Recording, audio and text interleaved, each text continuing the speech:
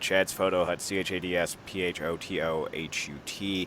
And joining me, as always, is the glorious one himself, Marcus Green. Marcus, we are back for another round of wrestling. How you doing?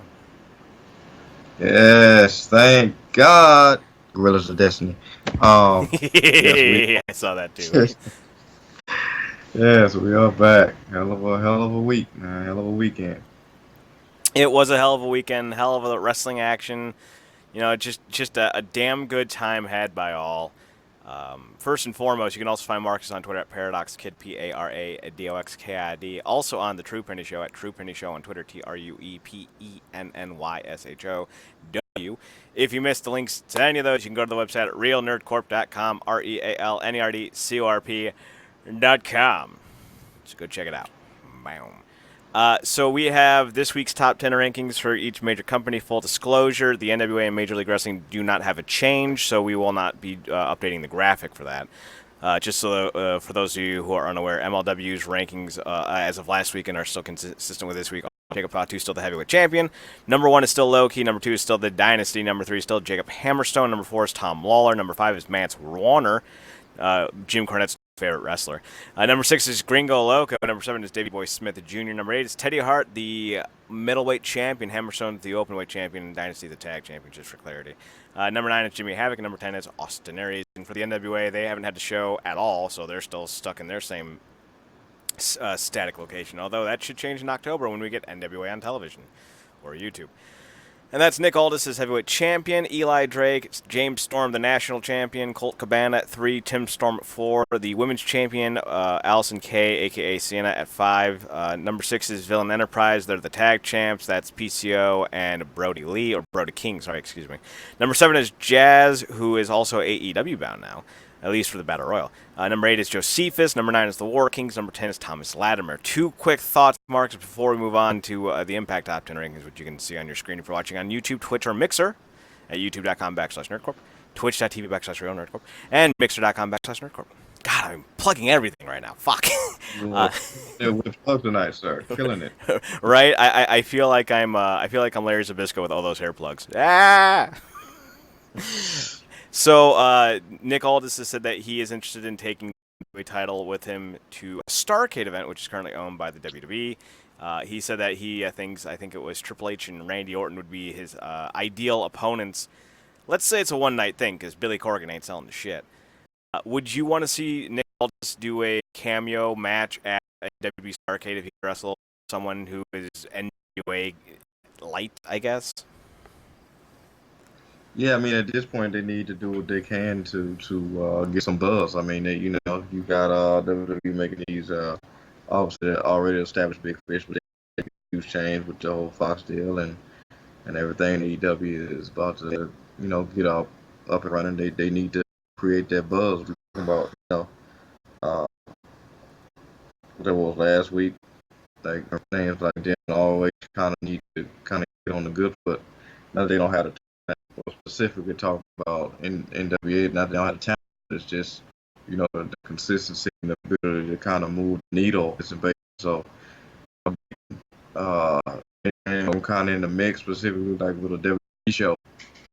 It's kind of quick made to be from their perspective, and of course Magnus made a name for himself. He got again being a fighting champion, really defending that championship all around the world, literally. So I think that'll just be the next step. In that plan. So the question then goes to AEW, because they're doing some unique stuff with this Women's Battle Royal, with this kind of spin the wheel, make the deal-esque throwback segment with Jake Roberts, causing a lot of kerfluffles online because, in the video, Jake Roberts is clearly smoking, which is not a good thing to do. AEW has said that they want to be something for all ages. How do you feel about the presentation that they are going with for this women's all or nothing battle royal? Are you in favor of Jake Roberts smoking on stream? Because it's causing a bit of a conversation. So I feel we should at least put our thoughts in there. It's kind of, I didn't even know this was a thing. I thought when I initially saw these videos, I thought it was cool the way they was revealing these names and stuff. Been a while since I've seen Evil East look cool or motivated in any fashion, and Jazz was completely badass. It's always good to just see Jake up and going, in fashion. But I didn't even know this was a thing. It was like people make it wrong because of it's bad for the AEW because somebody comes close to death is smoking. It's more the first one, but I can definitely see the second one as well. I think smoking is gross, and I think it makes everything look stupid, truthfully. But my own personal feeling on that. I'm right there with you, but that's a personal thing. And like people, like I don't know what they talking about. Like I'm gonna be more about the brand and the people.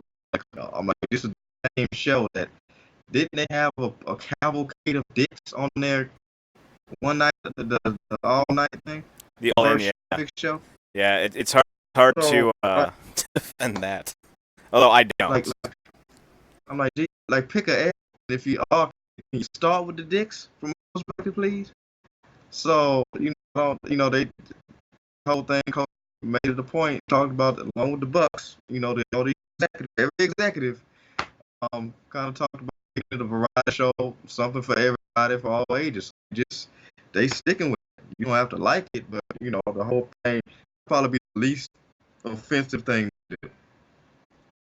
So you probably want to just get off the offended train. Then again, it's 2019. What we're gonna do? But like I said, it's not a real big thing for me. I don't like real smoking in any fashion. But I mean, come on, man. We see far more offensive stuff now that people don't even shake a stick at. But And it seems like they're just hiring executives. I think we just got hired as vice presidents. That'll be interesting. yeah, good luck for us seeing those deposits. We would be the best. What are you talking about? Like we would be so good at vice presidencies. Oh my god! Like just hire us now. Just hire us now and thank us later. So let's converse about the top 10 standings. First and foremost, what do you think of this week's Impact? I dig it. I dug it. Yeah, just kind of brief overview of the show. I thought it was cool. It's getting a little bit tiresome, this whole back and forth between Edwards and Alicia. Kind of want to get some type of resolution to that because now it's like it's funny because the last thing as they was going off the show with that segment, Dawn was like, she didn't say she didn't. She didn't say no. She didn't say she didn't. So we're gonna see what's going on with that. But one positive note, Edwards does look to be slimming, which I know is a huge positive for you. Yup, I like my athletes to look like athletes. Fucking Exactly. shocking, right? Well, I'm digging. I'm like, look, man. One of the most entertaining things in Impact, besides any of the Rascal segments, is OVE. Uh, and just those whole backstage things. But yeah, I'm digging. Obviously, anything with a certain Big Mike is going to be tainted for me. But I never get tired of seeing a gore, and yeah, the rankings as per usual reflect everything that's going on. Tessa's still in the mix, still got a goal to reach, but Callahan is ever diligent keeping her out of that fray. So yeah, I'm digging everything they got done. Shout out to Alexa Nicole making her I guess re-debut, if you will, because we've seen her before. We saw her But in like a enhancement role. yeah, enhancement role. It's more of a more prominent thing. And as much kind of slack as we kind of give Madison Rain, I think it's hilarious that Nakia Hogan is on there telling her, "I taught you everything you know." That's that's hilarious. So yeah, I dig it. So the standings for Impact, for those of you who are listening to the podcast, not watching it on YouTube, Mixer, or Twitch, is Brian Cage is still at the top as the world champion. Number 1 is Sam Callahan. Number 2 is the North. Number 3 is Tessa Blanchard. Number 4 is Jake Chris. Number 5 is Michael Elgin. I put Michael Elgin twice. Fuck. Oh well. Oh well. I guess we have a top 9 now. Completely fucking goofed on that. Number 7 is Jessica Havoc. Number 8 is Taya Valkyrie. Number 9 is Ace Austin. Number 10 is Eddie Edwards. I guess we can put the Rascals at 6. That makes sense. The Rascals are officially 6th. I think that's what I was going to do anyway. There was a bit of a controversy last night when Sasha Banks showed back up with her blue hair. I, for one, am totally on the conspiracy train bandwagon that WWE wrestlers rip off smaller gimmicks all the time because why the fuck would they care?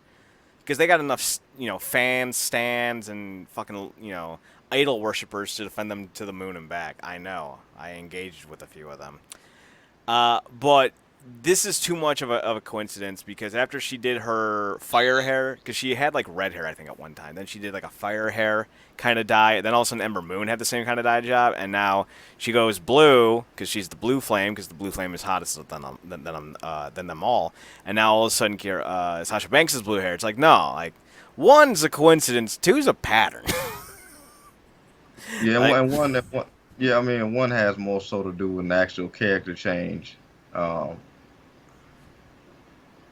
and Sasha Banks does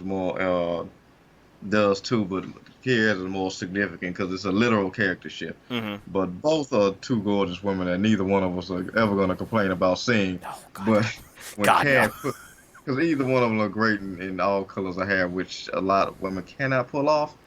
But yeah, it's just funny because if you watch Impact consistently, as soon as Chad dropped that, it was like, oh, I wanted to tweet a GIF where the person is reading a newspaper and pulls it down. I was like, oh, but I couldn't. Oh, jeez.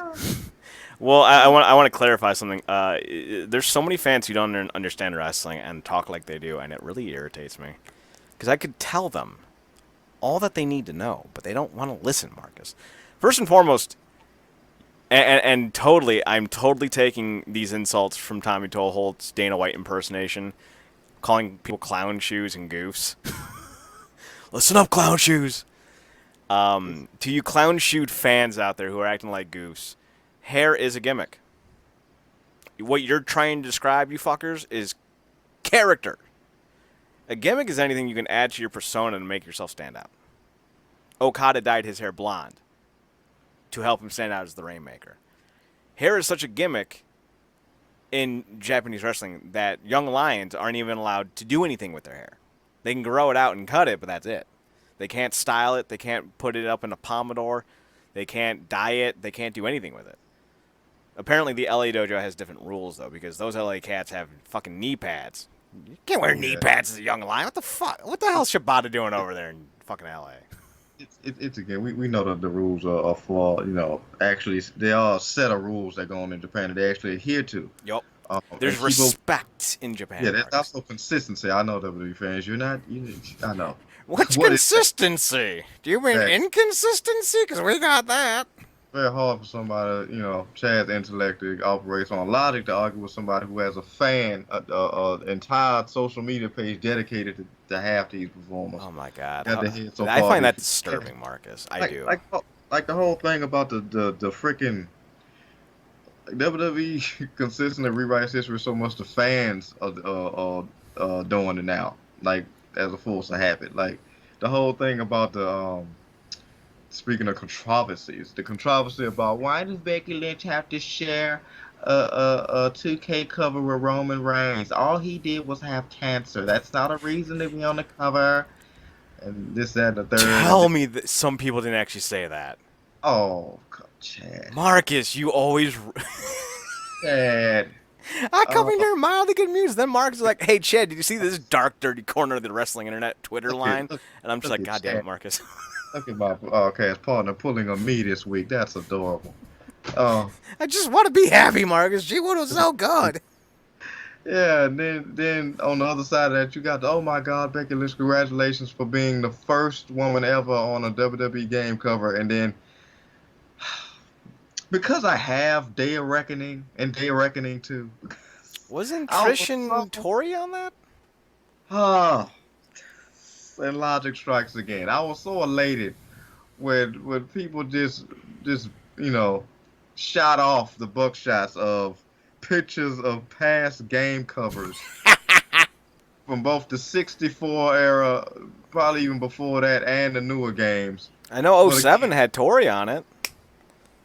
But again, of course, it doesn't matter because it's what have you done for me, I guess, lately, or those covers, I guess, like I said, don't count. It's all about, being this first time ever fetish crap. So, these idiots will persist, and then behind these idiots, Well, ahead of these idiots are these journalists that you also have to contend with, apparently. So Ryan Satin, Sean Ross Sapp, and I don't know who this other fucker were, but this other fucker was like, "Oh, it's Shasa Banks returned. I told you," and everyone's like, "Yeah, you told us like 30 times she was returning that specific week. You don't get it. You don't get a W for finally getting it right." This specific fucker who should not be named. Oh, We're you just can gonna. name him. I just don't remember his name. No. I like new fucker. It's like in New fucker. the latest in that last Fast and Furious is like they had Mr. Nobody and then they had Little Nobody.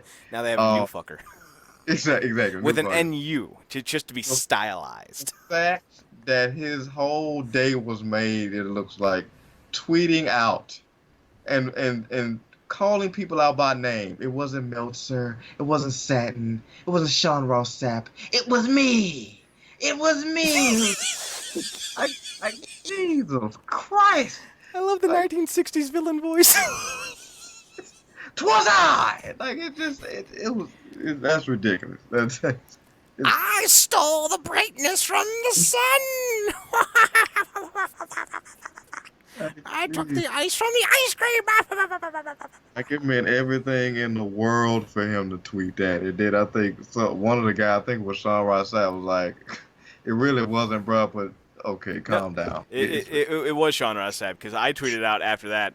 Throwing Ryan Satin, you have the three biggest douchebags in wrestling who constantly lower the bar for the rest of us. Oh my god.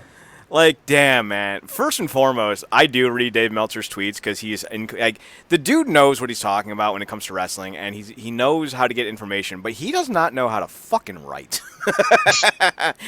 I read one tweet like 20 times, going, "What did he mean to say?" But he's tweeted out like 4 or 5 times. She's ready to come back. It's just a matter of when. Like this is like the last like a month and a half, last 2 months. He's been saying this. So we knew she was on the verge of coming back. I don't know. Yeah, I mean, I don't think, and other people, I've heard other people talk about this. I don't think people really understand what it means to be contractually obligated to do something. Like she still has years on her contract. She can retire, or she could Yeah, work. That's it. yeah, It dems the brakes. yeah. And you know, at this stage in the game, WWE's gonna be damned if they go let somebody go at this Exactly. point in the Exactly. game. So, you know, people got to kind of realize, but people are just so like the whole Irish thing. Touching on the flash for a minute, they are so attached to these people in their heads that any offense they think is going at the person is a personal offense to them. So they have to defend any possible shot that they perceive to be a shot, and it's ridiculous. Like I don't know what's worse. Like these fans that got their heads so far up to these superstars' ass. These superstars who are so sensitive and butthurt, they really don't have any room to have anybody's head up their ass. All these, I really actually know it all journalists, super air quotes with that literally tell you or think they know everything. Like, Why I do you don't got to bring know. me into this, Marcus? Why you got to bring me into it? Huh?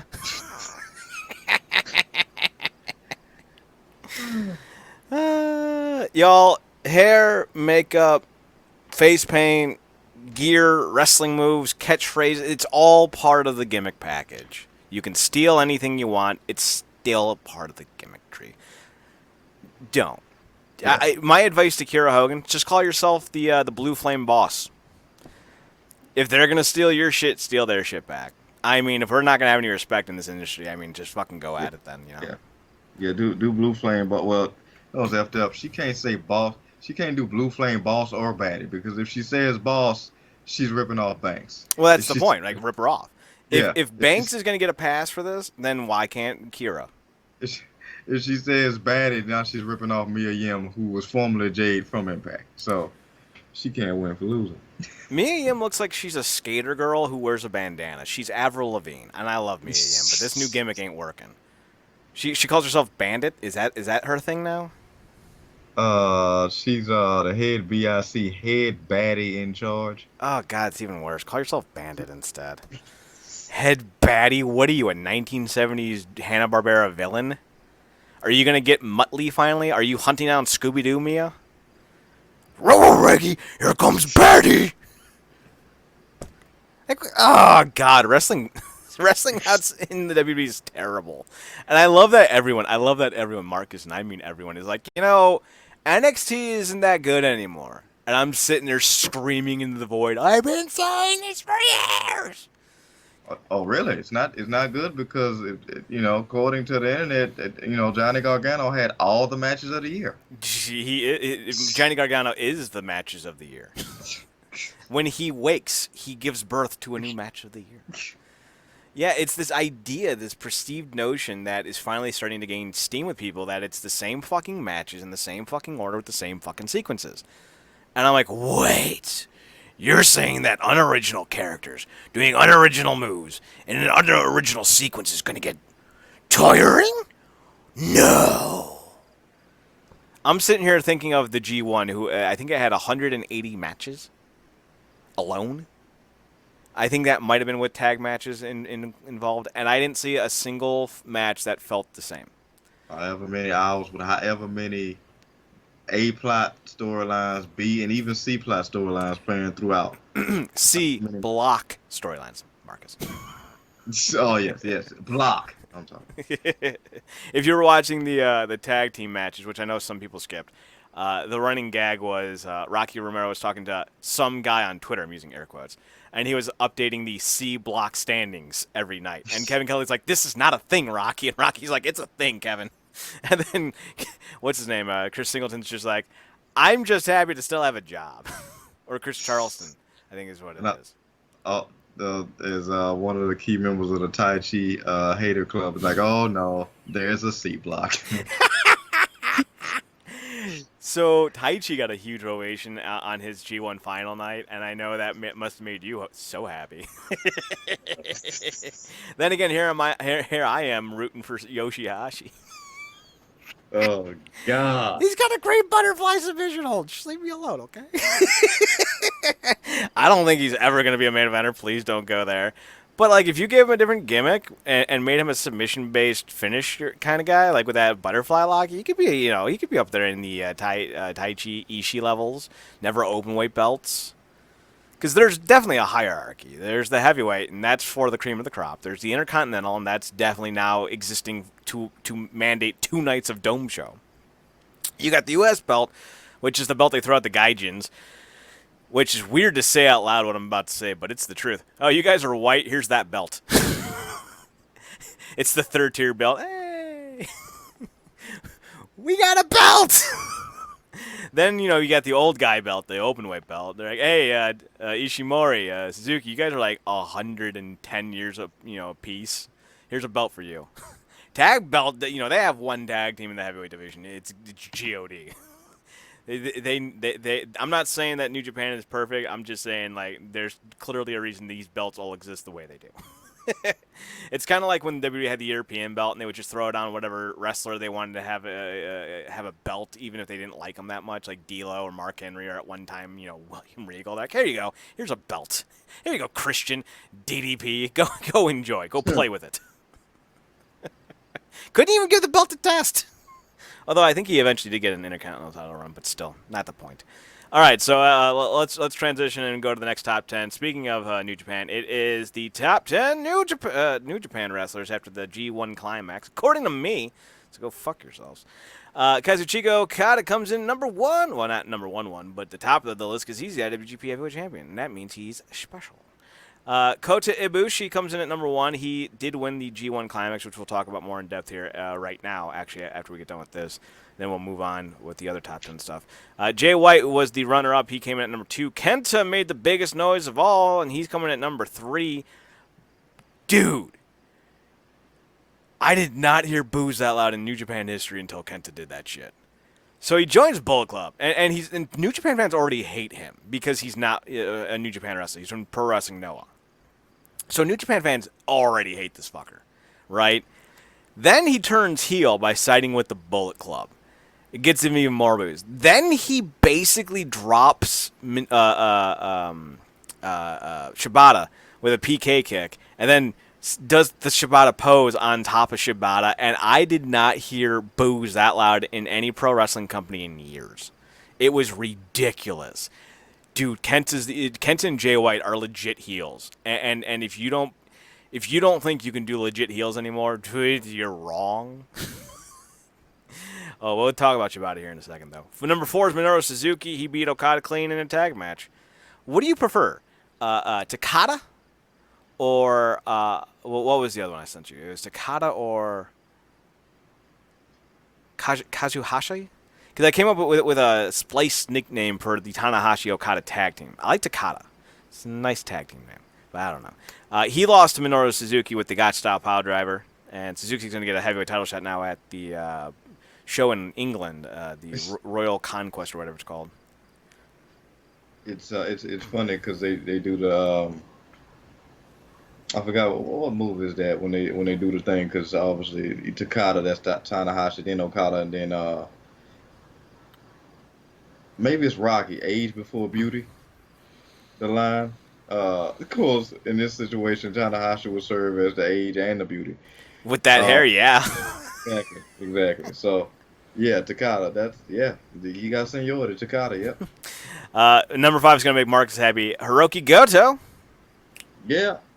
That's his boy. Number 6 is Juice Robinson. Number 7 is John Moxley. I know there's going to be some debate about the ordering of that one, but Juice, he did beat Moxley in their Climax match. Great match. He bit his fucking eyebrow ring off. That was great.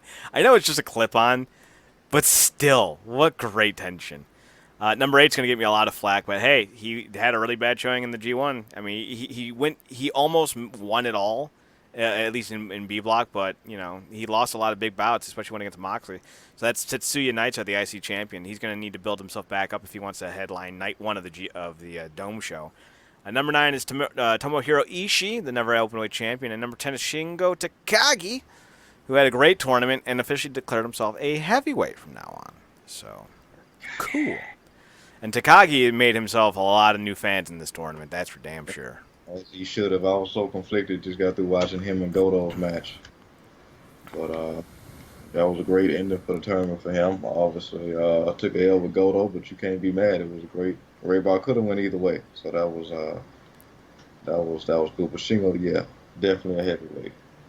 Definitely heavyweight material. He should be in line for an open weight title shot eventually, but we know that Kenta's going to be getting the next one up. And a lot of people were complaining on Twitter. They're like, Marcus's favorite guy, Taichi. They're like, Taichi finally beats Ishii clean. He doesn't get a title shot, but Kenta does. I'm like, hell yeah, he does. Fuck you. This tournament was so great, but so weird and awkward at the same time. You had people going on winning streaks in the beginning, only to go on losing streaks towards the end. And then you got the inverse of that with the losing streaks, and then they playing like ultimate spoiler near the end. A freaking Fale is running with roll-ups and schoolboys and backslides. Yep. And small packages. Doesn't make any fucking sense, man. This tournament was ridiculous. I loved it. Yeah. So the final night saw Clark Connors and Carl Fredericks of the LA Dojo defeat the Japanese dojo team of Ren Narita and Yota Yushi. This was a bout that ended up having other Japanese young lions get involved after the fact, attacking Clark Connors and Carl Fredericks, clearly hinting at some issues between the two dojos, which I'm all for because I think Connors and Fredericks are great, and I hope get booked more often. And Ren Narita is one of my favorite young Japanese young lions, so yeah. Of course, everyone's going to talk about everyone's favorite Japanese young lion, John Moxley's new heir apparent, if you will, the denim jacketed Death Rider, if you will. Jesus Christ, man. I never thought that Shota Umino would be as over as he is now. All because John Moxley took an interest in him. Next matchup was Taguchi Japan's Jeff Cobb and Jushin Thunder Liger tagging with Tiger Mask 4, defeating Lance Archer, Taichi, and Yoshinobu Kanemaru in a 6-man tag match. Jeff Cobb had a good showing, but I wanted more out of him. And it's always great to see Jushin Liger and Tiger Mask wrestle, so I'm appreciative of that. Did you get to see all of the final night, or did you only watch the tournament finale? Just saw the finale. Okay. Chaos's Sho, Yo, and Will Ospreay defeated Bullet Club's Chase Owens, Taichi Ishimori, and Yujihiro Takahashi. Look how smooth I'm saying these names now. Watch me fuck this up later on. You got so engulfed in a tournament, it's like secondhand. As soon as you get away from New Japan for a little bit, it's gonna be like Ibushi. Wait until I get to Impact. It's like who's Tiesa Blandard? Just a switch, just ruins everything else.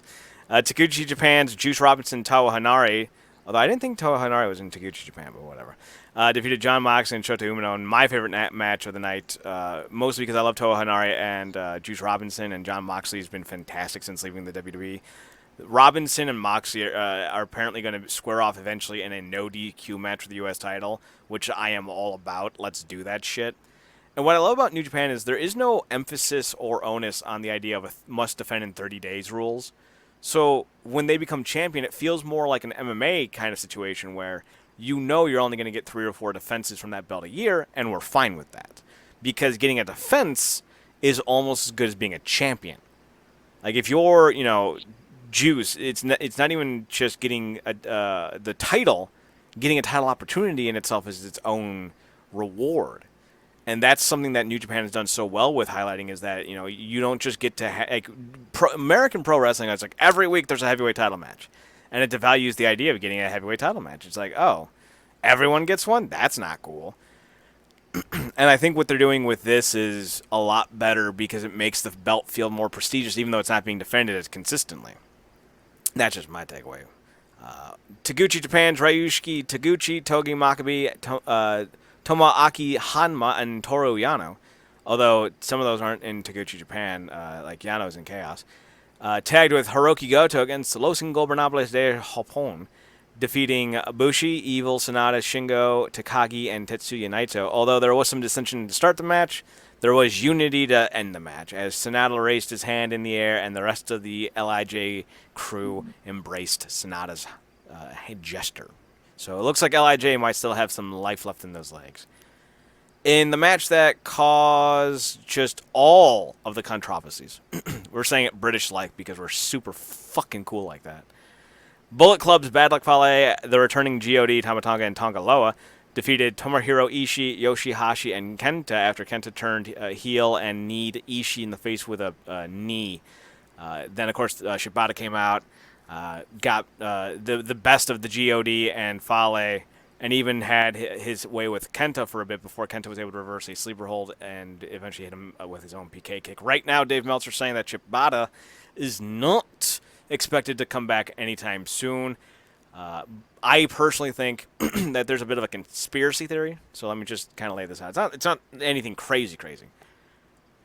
But Marcus, let me just kind of play a soundboard with you because I know exactly how you're going to answer this. Hiromu Takahashi broke his neck, and he's expected to come back sometime soon, and New Japan wants to make his return a big deal. Is it possible, in your opinion, that New Japan thinks, hey, listen, Takahashi broke his neck, that's pretty bad, but Shibata almost died. So if you announce both the return of Hiromu Takahashi and Katsuyori Shibata, do you think it's possible at all that Shibata's return would somehow trump everything else in New Japan, including Takahashi's return? Yeah, because there's an expectation that's with Hiromu to come back. You just said it. He almost died. Shibata almost died. Which what the hell was an even comparison between his return and Sasha Banks? The internet is full of true idiots.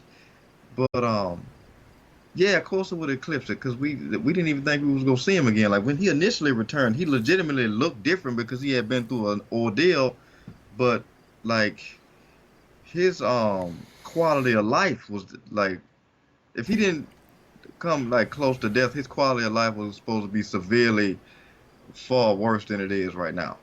The injury Shibata had actually killed an MMA fighter this year. Boom.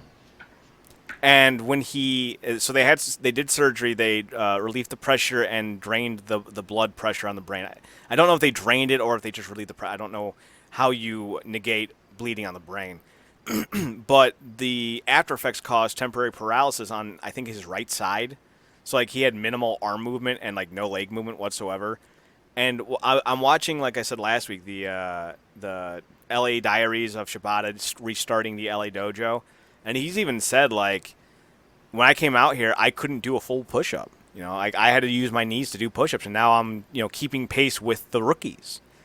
So he is recovering and returning, and if he can take a bump, which we now know he can because he took a few on Monday morning, it's not out of the realm of possibility he could return, maybe not full-time, but definitely for the Dome show. But if you announce it now, and New Japan is really good at keeping leaks under wrap. We didn't know Moxley was showing up. We didn't know Jay White was going to be the new member of Bullet Club. We didn't know Kenta was going to be the new member of Bullet Club. We didn't know going back 3 years when Suzuki-gun returned to New Japan after being on sabbatical in Noah. We didn't know that was Excuse me. We didn't know that was happening. So they're really good at keeping these surprises under wraps. I mean, exactly. I mean, and not to take away any of the severity that happened with Hiromu, because that was also very bad. Could have been a big thing. Yeah, very bad. That weakened the quality of life. He could have been paralyzed. But he could have also died from that too. But exactly. The thing with a broken neck, as opposed to what happened to Shibata, is saying he almost died is drastically different because the almost happens on the initial injury. So, like, if you almost died with a neck injury, it's because you literally almost died. That's the kind of injury that you can suffer. Hiromu's wasn't as bad as that. Like, just because the injury could negate in death doesn't mean that Hiromu was close to death. Hiromu, I think, had severe pain, but he didn't even have any. I think he had minor numbness, so he wasn't even paralyzed, so to speak. He just had some neck issues and nerve issues. When I say Shibata almost died, I mean they were fearful during and after the surgery that he was going to die.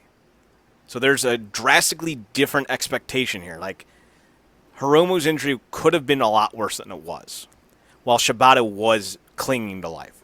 Vastly different injuries, but still bad.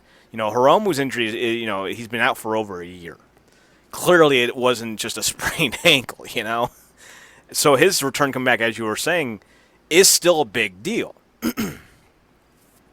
Yeah, but I mean, look, like I said, like there's an expectation for Hiromu to come back. It's been been a long time in the making now. It's just a matter of when. With Shibata, just seeing him walk out on his own power was huge. Like I said, when he initially came back, and to see him go into any type of action, like speaking of people that could be in far worse shape, we got Edge this weekend, probably being in the only bit of action we've seen him in since he was active wrestling. Mm-hmm. Like when he delivered a spear, like we talked about, like his situation was so down. Like if he took a bump wrong, he'd probably be in a wheelchair. So it's some weird synergy going on in terms of potential life incurring injuries, quality of life anyway. But it definitely would have got overshadowed. It's freaking Shibata, and then what better way to get somebody over as a true heel than to, have somebody attack probably the two least booed people in Japan, being Shibata and Ishii. Yeah. Ishii's kind of beloved for some reason. Yeah. So I think what they're going to do is bring back Takahashi, let him have his moment, and then announce that Shibata's returning. That's just a conspiracy theory. I don't have that in writing. I'm not Dave Meltzer. I'm not Sean Ross Sapp. I don't bloviate and pretend to know things I don't know. I'm just saying, if I'm booking this, logically speaking, Shibata's going to trump all. So instead of leading with the big finale, you give us Takahashi's return, Hiromu's return, then you give us Shibata's return. And I think that's the best way to go about it. Yep, exactly. And I'm saying it now, Shibata, I love you, but I see one headbutt, and I swear to God, I'm doing all your matches via red result on a website. I'm not doing it. Nope, not doing it. I'm right there with you. I don't want him to ever do another headbutt again, because oof. So Suzuki-gun of Minoru Suzuki and Zachary Sabre Jr., or Zettery Sabre Jr., you fucking Brits, and the way you pronounce Z's, you fucking... they took on Hiroshi Tanahashi and Kazuchika Okada, or as I'm calling them, Takada. This was a great match. Suzuki wins, as I mentioned before, the GOT style pile driver, pinning Okada as Sabre Jr. held Hiroshi Tanahashi at bay while Suzuki inflicted damage. These two, be it Tanahashi and Sabre, are going to be meeting at the Royal Conquest, or Royal Quest, I think is what it's called, event here in a few weeks for the Rev Pro United Heavyweight Championship, I think is what it's called. So Hiroshi might have a new belt to go around his waist. We'll see. Yeah, yeah, that's the British heavyweight one, right? Yeah. Yeah, that's the one that Sabre Jr. has. Yeah. I don't know how he's a heavyweight. He weighs 150 pounds, and most of it's in his hair. Kota Ibushi then defeated Jay White in the singles match for the G1 Climax. So I know a lot of people probably don't mention her name a lot, but Missy Hyatt is very much a well-read and well-spoken wrestling critic. She's also a former valet and manager in WCW. She has a long tenure in the business. People often just kind of see her as an augmented sex spot, from back in the day. But she actually does have a really great grasp on wrestling. And she brought up a criticism that I think is fair, but maybe not specifically in this case. And that's that New Japan does not book a lot of wild finishes. There's not a lot of dusty finishes or cheap finishes or dirty heat or anything like that. But they did this time around with Jay White, where Jay White and Gatto. I'm trying to remember which one it is. I think it's Gatto. Yeah. Jay White and Gatto kept running and doing illegal things in this match, which, in her opinion, took down the aura of the encounter. I think it actually added to it because of one specific reason. New Japan doesn't oversaturate anything, except for a standard tag match. So when they do things like this, it has a lot more heat to it. Jay White might be the most heelish wrestler, like the most jeered wrestler in all of New Japan, alongside Kenta, because of the fact that he was trying to steal the Golden Star's big moment. He kept, using chairs. He was low blowing. Gatto kept running in, and it just kept building this anticipation that Jay White was going to cheat his way to a victory, and that was pissing fans off, and that was great. And that's exactly what he's trying to do. And there's no other heel rule breaker in New Japan quite like him. Even Suzuki's not really a heel. He doesn't cheat in the heel context of North American wrestling. He's a heel because he's an asshole who doesn't respect anyone. But he wins all of his matches clean. Yeah, he'll normally start off hardcore, and then it'll transition into the ring and stay that way, and kind of just have a macho off and see who can kind of outlast the other guy. But with Jay, I mean, that serves two purposes. One, you building to Ibushi's eventual win. Mm-hmm. You keeping the heat on him. And what's even worse about it, it's not one of these situations where it's an overbooked thing for the F of it. Like, looking back in hindsight, I think a lot of my appreciation for the moment was because it was AJ Styles' last appearance, but that overbooked last appearance AJ Styles had when the whole roster came out. Yeah. And that overbooked, that was literally, that's for the F of it moment. This is a different thing, and I talked about James Truepenny obviously on his show about it. It pisses people off even worse because they know he does not need to cheat. Mm-hmm. And see, we've seen Jay White put on some great matches where he didn't have Gato by his side or did all the underhanded or sneaky tactics, which pisses people off even more, specifically because they know you can go with somebody like Ibushi, but that's also the reason, because it's Ibushi. Like, he'd rather, sacrifice a high quality ending to, the peak level of this prestigious tournament than let this guy potentially win. And it also speaks to the level of his desperation, because if you go back to the early beginnings of the G1, Jay White is somebody you was going to count out a long time ago. Mm-hmm. Like, he came back to get to the finals. He had like a stretch of 4 wins back to back or something like that? Yeah, he started his first 3 matches 0-3, and then he won out. Yeah, so, somebody, that desperate to reclaim what was his, get back that spotlight that he literally clawed, because, I mean, getting his way to the top, it's all come full circle, because there's nothing he hasn't done that hasn't been treacherous, underhanded, or just downright scoundrel-like behavior. That's exactly how he got to the title in the first place. Came in, under false pretenses, then literally invaded and damn near broke up Chaos. Then took the title off Okada and then did his thing, and now he's been building himself back up ever since. So it kind of comes full circle, but I get it. There's a prestige that comes with New Japan, specifically with the G1 and these types of matches. But it was more so character thing, like you said. There's like two guaranteed pure on heels right now in New Japan, and that's Jay White and Kenta, and that damn near was Kenta before he even betrayed Shibata. Yeah. All the heat. I don't think a lot of people know, like, he was probably the most hated man outside of how I feel about Tai Chi in his G1. Yeah. Just because of the narrative that was coming in with Kenta. Like, people, New Japan does not mess with Kenta on a lot of levels. So. Yeah, the era of guys being able to traverse multiple companies in the same 5-year span and be beloved, it seems to be at an end in Japan. I don't know if a guy like Pac, aka Neville, would be well received in New Japan, considering he joined back up with Dragon Gate.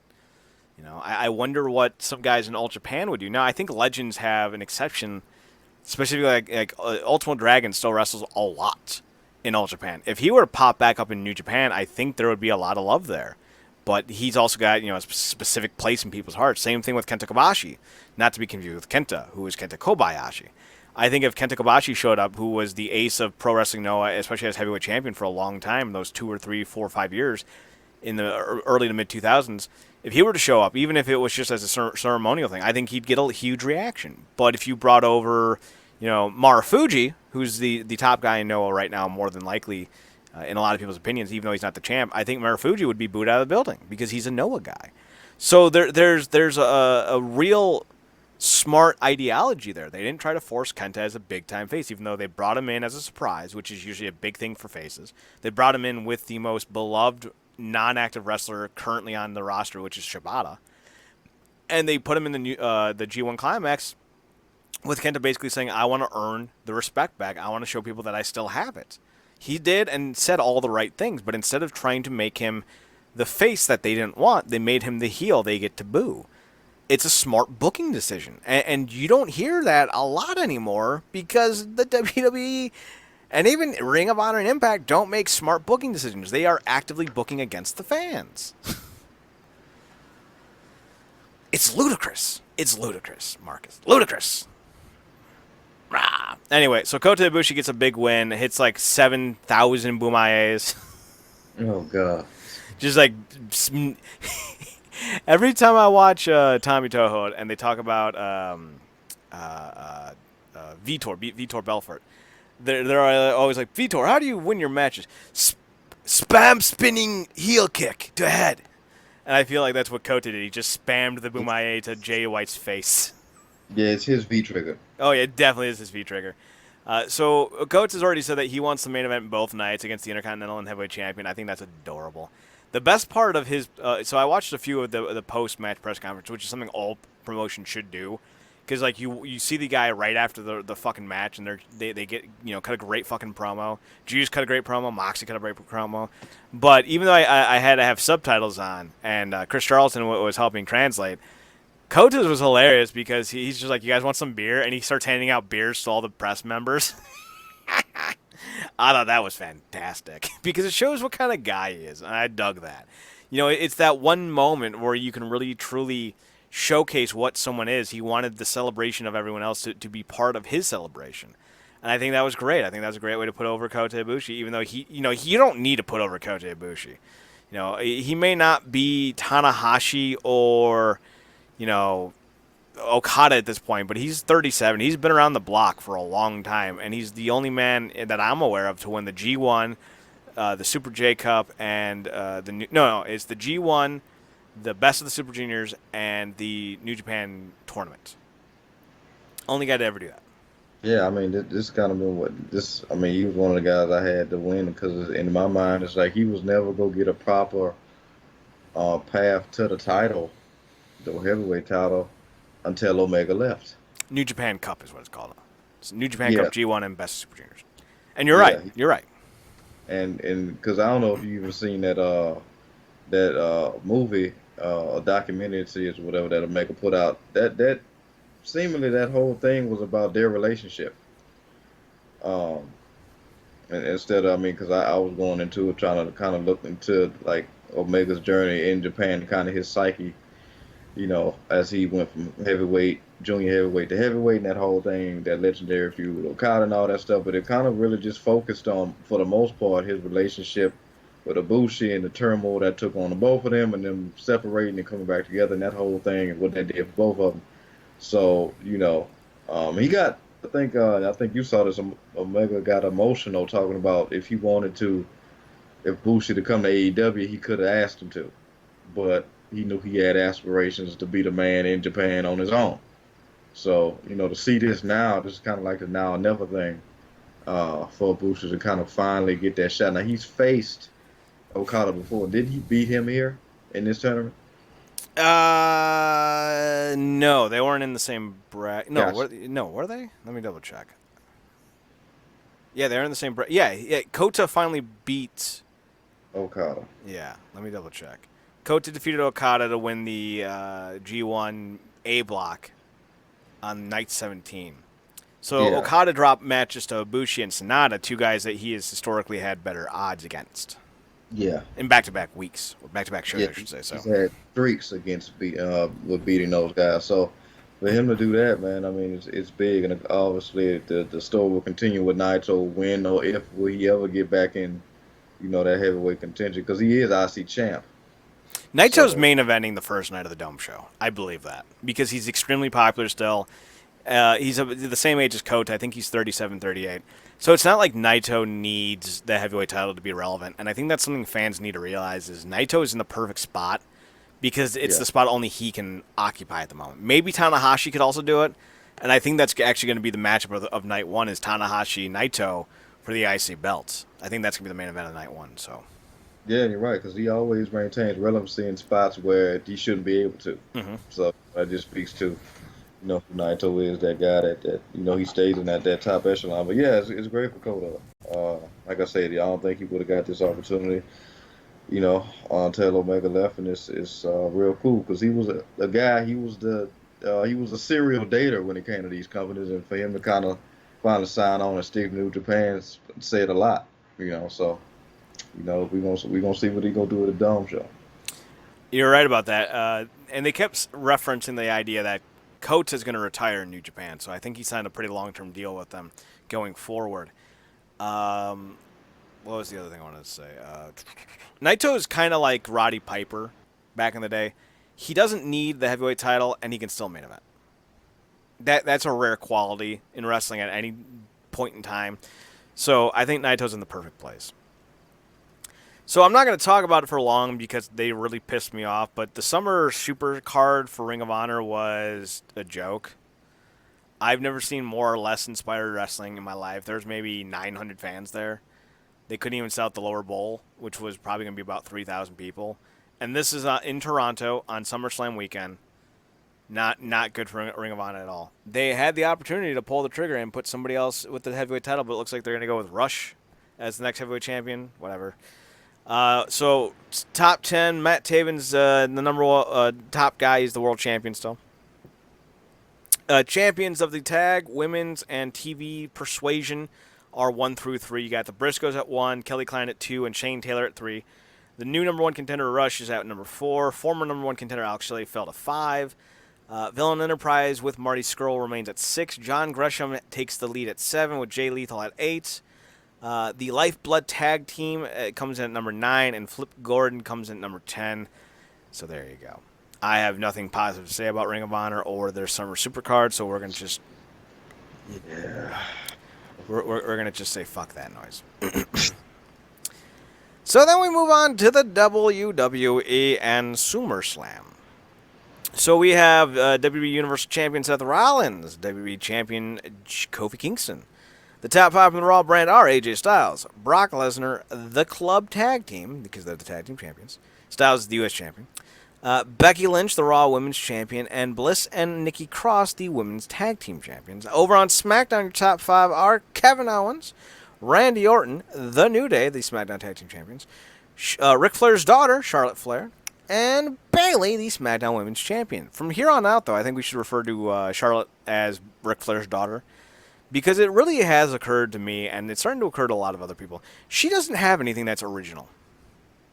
Her walk, her talk, her moves, her finisher, her clothes, her robes, her hair, her catchphrase, they're all her father's stuff. So she should absolutely be referred to as Ric Flair's daughter because that's all she wants to be known as. And now she's doing the tranquilo of her boyfriend, Andrade.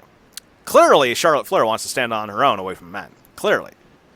Clearly, Marcus. Clearly. I'm making a point of emphasis, you fuckers. Feminists, leave my partner alone. No, you know what? Don't leave me alone. Come get some. Defend yourself. Speaking of defending yourself, I'd like to know why the WWE made a poster of Brock Lesnar, Becky Lynch, Roman Reigns, Kofi, and Seth Rollins, and the only one who's smiling is the black guy. WWE, black guy smile. That's the narrative. Hey, we're going to give you a new gimmick, New Day. You guys are going to be smiling, happy black people. All right, cool, Vince. Hey, Ron, we're going to give you a new gimmick. You're going to be the smiley, happy black person. And then New Day just looks at him like, what? Hey, Cedric, would you like to be a smiley, happy black person? Remember when Rich Swann was here? What was his gimmick? Smiley, happy black person? Hey, Ember Moon, you're a werewolf. You want to be a smiley, happy black person? Sasha Banks, you want to be a smiley? Oh, my God. It's so everyone. It's like, I guess the only time we would have had a smiling black person on the poster was during the Hall of Pain gimmick. No, even he'd be smiling, but it'd be like some kind of like deranged smile. Like he's got like a piece of raw beef in his mouth and he's like bending like a 12-ton pole or some shit like that. And he's smiling. It's like, oh, God. This is so offensive. Now, there are going to be some people who point out, but Chad, his whole gimmick is the power of positivity. Well, Brock Lesnar's whole gimmick is being a white gorilla with less hair. You know, Roman Reigns' whole gimmick is being, you know, exactly nothing. That's the joke. Becky Lynch's whole gimmick is talking shit. How is she portraying her gimmick if she's not talking? Like, what? And Seth Rollins' whole gimmick is burning down beasts. This poster doesn't help any of them. Not in regards to helping put their gimmick over. So I don't know why Kofi Kingston couldn't be angry.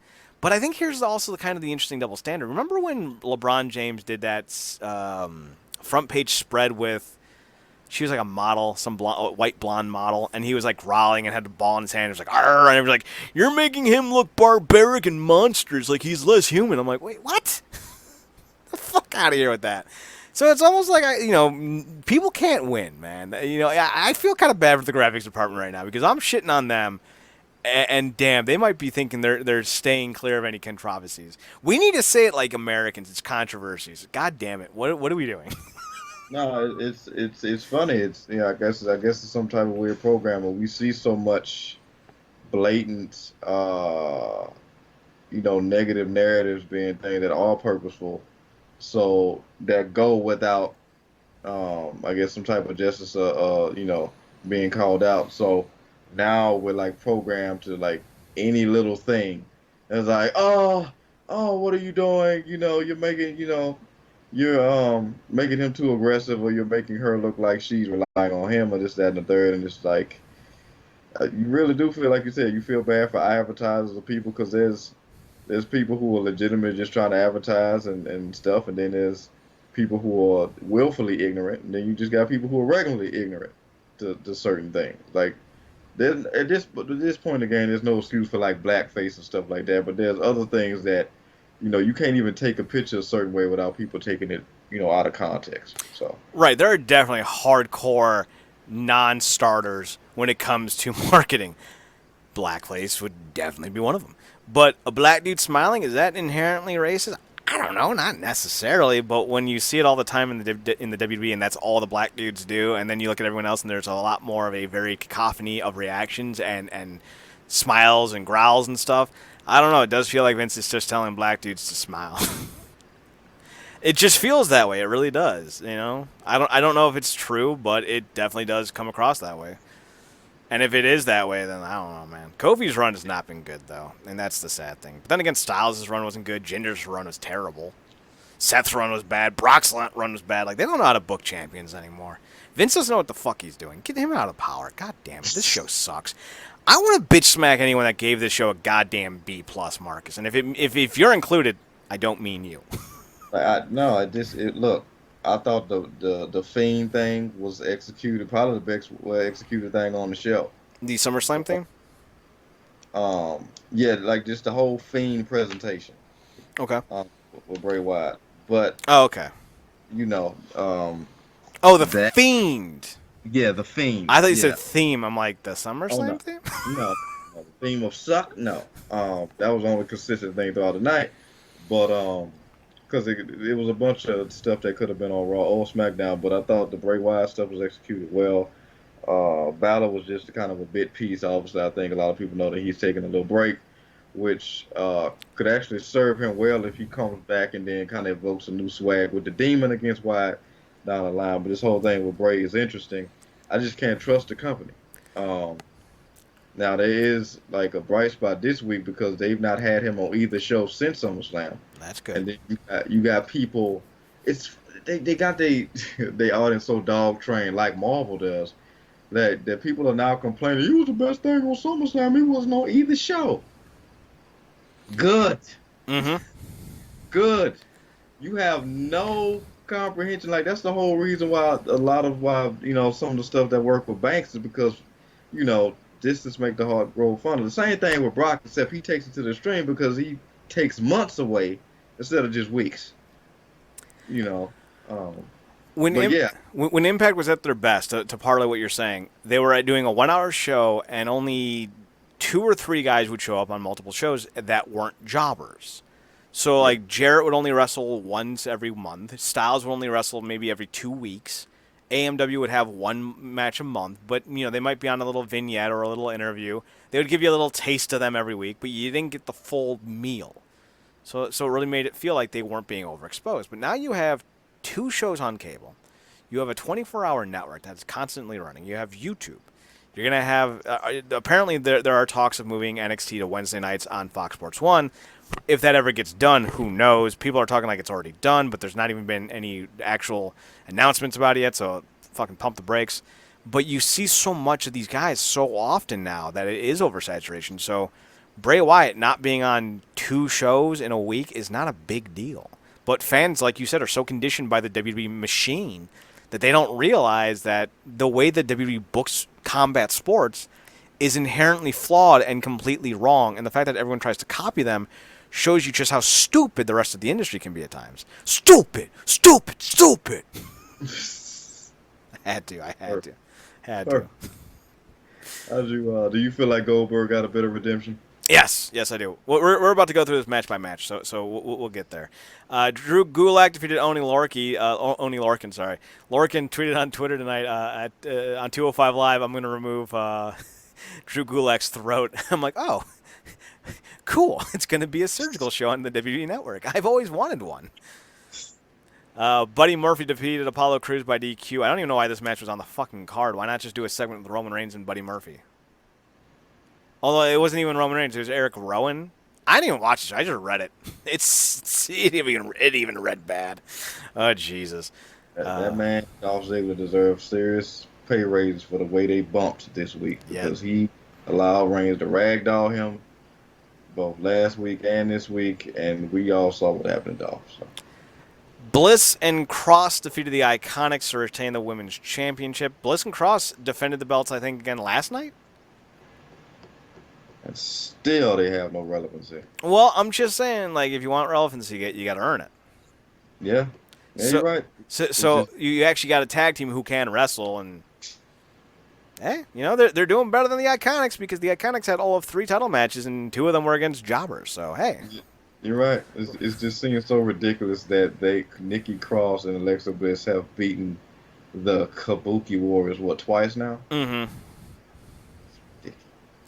It's crazy.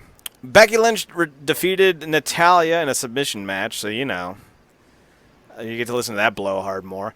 Becky Lynch is an interesting character because when she talks, I hate her, and she's a face.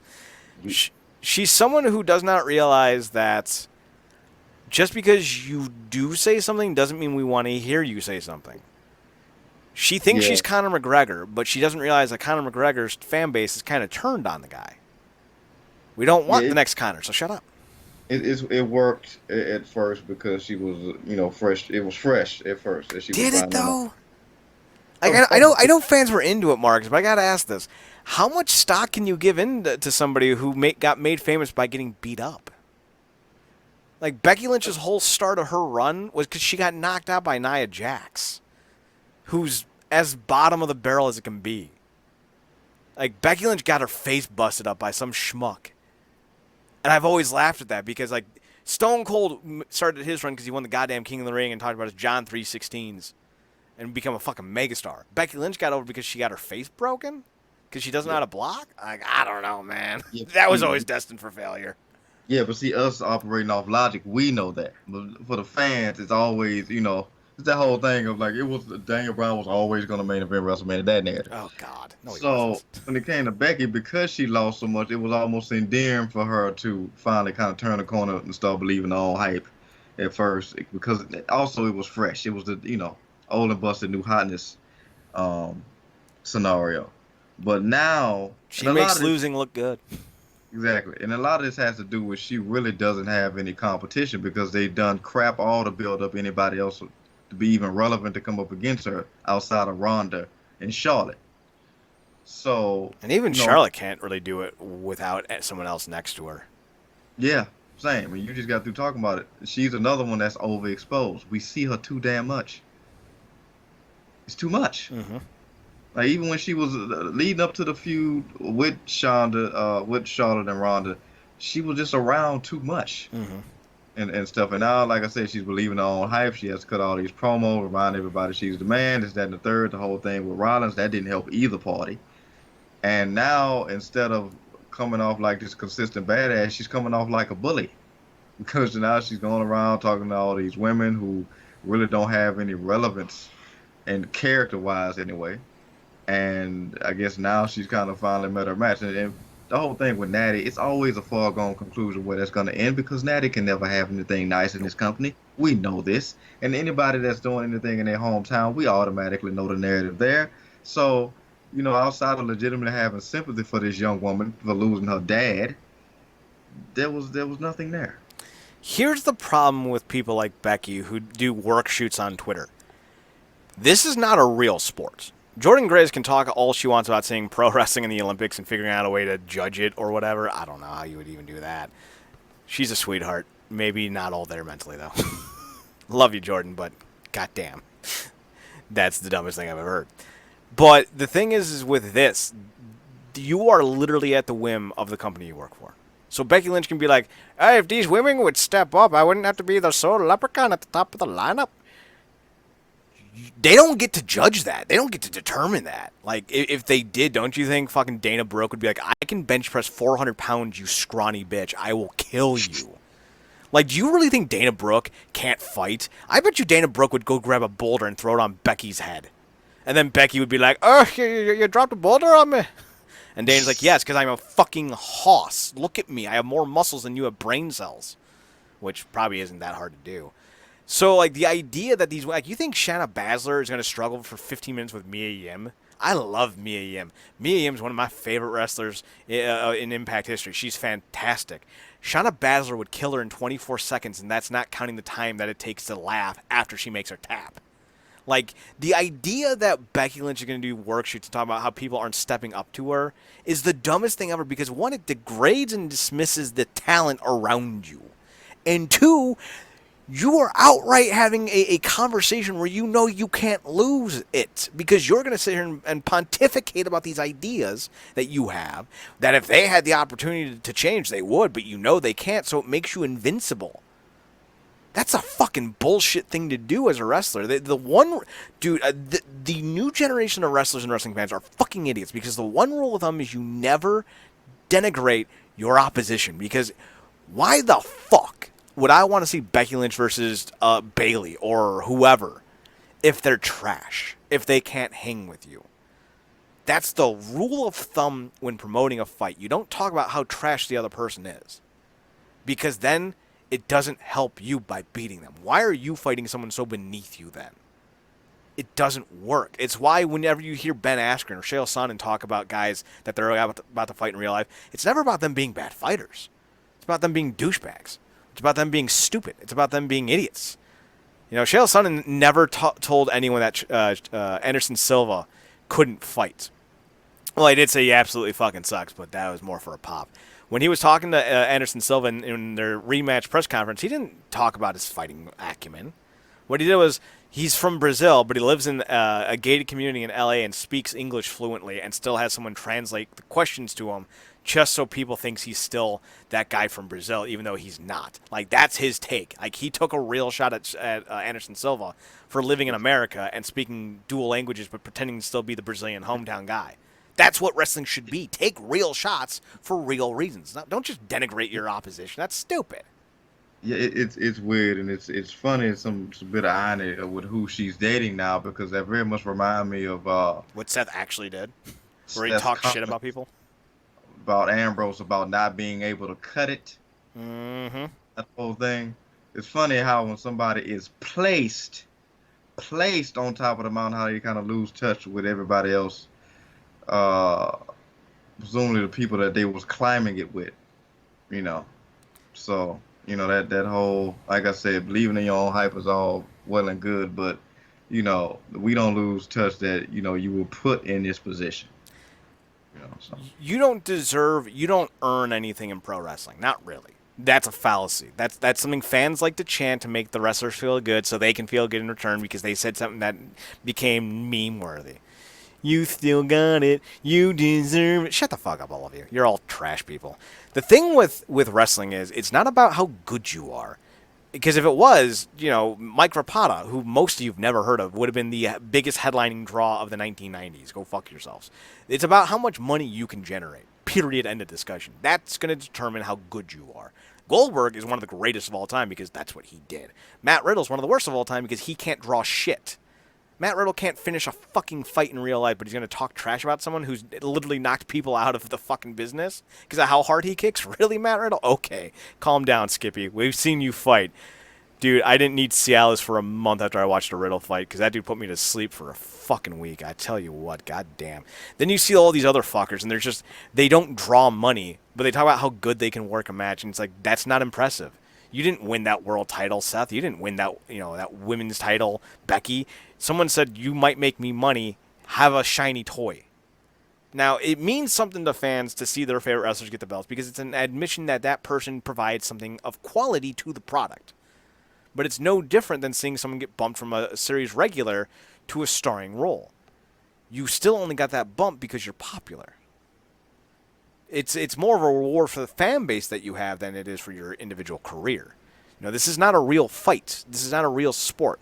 This ain't Henry Cejudo showing off his gold medal, his 2 world titles, and his 8 stop sign wrestling awards that everyone apparently wants to get when they're a kid, when they wrestle. He earned all those. He had to physically destroy another human being to get those. All you had to do was say some stupid shit, and somebody's like, "Oh, you're so cool. Here's a belt." So I hate this fucking version of the WWE where Becky Lynch and Seth Rollins get to talk trash but don't actually have to do anything to back it up. It's the most ridiculous thing I've ever seen. Marcus, you said it best when you said that Becky Lynch is basically just a bully now. Because she is. That's all she is. Fuck Becky Lynch. That's a long tirade. Let's go back to something I enjoyed. I love the Goldberg match, mostly because I was able to watch it in a Twitter snippet. that is perfect. That is perfect. I love it even more because he didn't bump his head before the freaking match actually started. Yep. Well, the concussion that he got was from a Taker blown spot. That's what gave him the concussion because he hit his head on the ring post, I think, on a missed spear. So. But sometimes he opens that door and it's like, damn it, there's already a spot of blood on his forehead. Like, God damn it, Bill. Like, damn it, Dale. Damn it, Bill. God damn it. No, Hank wouldn't say God damn it. Damn it, Dale. So, here's the thing with Dolph Ziggler, and I had this epiphany today. There are wrestlers who are, and I have more respect for people like Hulk Hogan, not the whole N-word situation. But guys who refuse to lose to just anybody. Because it made their legacies matter more. You look at someone like Hogan, and whether you have forgiven him or not for his wording, you cannot deny that he was a draw for 20 years. You cannot deny that when he wrestled, people took notice. Because people knew he was important. Because he won so fucking often. It made the idea of a Hogan match matter, even if in defeat You didn't, even if you lost to Hogan, if you still went with them, if you still went 20 minutes with him, it made you. You didn't even need to beat him. Just walking in the ring with him made you instantly. But we have guys today like Dolph Ziggler who are basically just mercenaries. They're there for the money. They don't care if they win or they lose because it's just fiction. And that's fine. If that's your prerogative, that's your prerogative. But in 20 years, I'm not going to say, yeah, do you know who I miss? Dolph Ziggler. Because everyone can bump these days. Like, shit, Brie Bella can bump. I'm supposed to be impressed that Dolph Ziggler can bump and grind with the best of them? Cool. Does he win? No. Why do I care about him? I don't. When Dolph Ziggler retires, am I going to miss him? No. Why? Because he's a loser. Because he allowed himself to be booked in such a pathetic way for 5, 6, 7 years that it didn't matter. His career won't matter at the end of it. His career will not do anything for the history of wrestling. And if you walk into this business with this idea that you can take a bunch of L's, that nothing you do, it will be determined by your wins and losses, you're a fallacy or a joke. Because we don't look at, for the sake of any other TV show, when someone is portrayed as being weak and cowardly or always losing, we don't put any emphasis on them. We like winners in this country. It's why the Patriots always generate huge numbers in the Super Bowl. Whether they win or they lose, they're going to be watched because they're so goddamn good. And this goes to wrestling. So many people look at wrestling and they say things that are still very much kayfabe related. Like, oh, I can't believe, so-and-so is such a piece of shit. And I'm like, you don't actually know that. You're saying their character is. That's fine. But you have to realize that so many fans still see this as a kayfabe thing, where we get attached to wins and losses. If we didn't care about wins and losses, we wouldn't be sitting there bitching all the time when people like Natty lose in Toronto. Because we still know wins and losses matters, even though it's a fictional event. We know. We're not stupid. We're aware. But when you're constantly booked to lose, we stop caring. Dolph Ziggler is someone who I do not give a shit about. Fire him. Cut him. I'm not going to watch him. You think he's going to go to AEW and move the needle? No, because he's been jobbed out for 20 fucking years. His last win was against Honky Tonk Man in 1984 in the old Boston Garden. Like, fucking Christ. Yeah. I am on a rant tonight. Yeah. Woo! Long time. These are WrestleCorp all-time highlights for 2019. Woosa. Woosa. But yeah, you're 100% right when it comes to Dolphin. I think even sadder still, past, I'm sure, what's left of his fan base, which for a little bit I am a part of, because I've been a fan of the guy since he was on SmackDown. Since the earliest days, on SmackDown when his tights were too short and he was throwing hair sweat in people's face. But yeah, they beat me off the bandwagon. Because they've trained their audience to just 100% believe every time they see this guy that here comes a loser, period. And like I said, I think the sad part is he's 100% fully accepted it, and at this point he's a bit player. He knows he's a bit player, and he's just gonna play that role. I feel like there's literally nothing they can do to resalvage this guy. I agree. It's sad, but him. Probably more so than a lot of other people. It's unsalvageable. He peaked when he won that world title that night when he cashed in, and it was a bad stroke of luck when he got, I think, that concussion from Swagger. And there was the opportunity. Yes, Swagger. The opportunity to kind of rebuild him after that, but they never did. Marcus, don't make fun of his lips. It's very sensitive subject. It's wet in here. But so wet, so moist in here right now. But yeah, I think the last time they tried to make him relevant was that feud that going back to when Ambrose was champion, and we saw how terribly that ended. Like, that was the very definition. That match they had was the very definition of, and the crowd goes mild, if that. The crowd was still being woken up in that match when it ended. Hey, Marv, wake up! The match is over. It's over? I didn't even know it began. It's just they got a better chance of repackaging and revitalizing Curtis Axel as a single star than getting Dolph back in any type of relevancy, which sucks because he's super talented. It's just it's like you said, he's allowed himself to go that route. He could have easily left. Yeah, could have left 1,000 times. Yeah. So I have no sympathy for that man. His legacy will be that of somebody who always could have been more than he was. Fuck off. Goldberg, though, I actually really like this match because like Ziggler threw the worst side kicks ever, and Goldberg just kicked out at 1, and Swagger's like, you could at least kick out at 2. Fuck you. Who have you beaten in Bellator? Some 5'0" fat dude? Really? Shut the fuck up, Swagger. You joke. It was funny looking at that because I'm like, yeah, there was some very downplayed. Yeah, there wasn't even super kicks. There were side kicks because it was like the second one he hit, he literally kicked him like in the chest, or in the stomach. I'm like, really? Like, it's not even his fucking finisher. It's the first move of the match. What do you, fucking Swagger? Go drown in a vat of stupidity. Oh wait, you already did apparently. I appreciated that they booked it like that to try to kind of make it believable. But I'm sitting there like, you know what? If that was a super kick from Sean, it would have been over. But this isn't Sean. Well, at least it would have been almost a 3. But on the first move of the match, like the thing with wrestling is it's so constantly booked differently from all realms. We look at the idea of a finisher being the game ender no matter what, but it really should be looked at as the biggest move in your arsenal that could end the match, but only after a significant amount of time, or not significant, but an important amount of time. You know, like just hitting someone with a sweet chin music should not be all you need to do. Otherwise, why not just spam the fuck out of it? You know. Yeah. So like you got to wear your guy down and then hit it, and I think that's why squash matches are a great thing to do, because if you just do 2 minutes of straight offense, then you hit them, it makes sense. But if you just kick them and then get a 3 count, like why don't you just open up every match with a flying knee? Just do a Sandoval match. I think that's his name, Mandival, the guy who knocked out Ben Askren with a flying knee in the first 4 seconds of his fight. Like just do that. Why not just do that? And that makes me think about they don't just do 50-50 booking with the characters, they do the same thing with the finishers. And that's part of the issue. Like, dude, oh my God, we could do an entire show on what's wrong with this company. Because now I'm thinking about, like, you said about Super King, you're right, but had there been an RKO, we can't have, the only people that can kick out an RKO is what? Lesnar. And Vince. Triple H. Yeah, and if he could take Jesus, Vince taking an RKO. But he probably did at this point. Oh, I think he did back in 2009. Yeah, that tirade on the McMahon family. Oh, but God, what a terrible angle. Yeah, had that been a RKO, it probably would have been a different story. But then again, it is Goldberg, so depending on the scenario.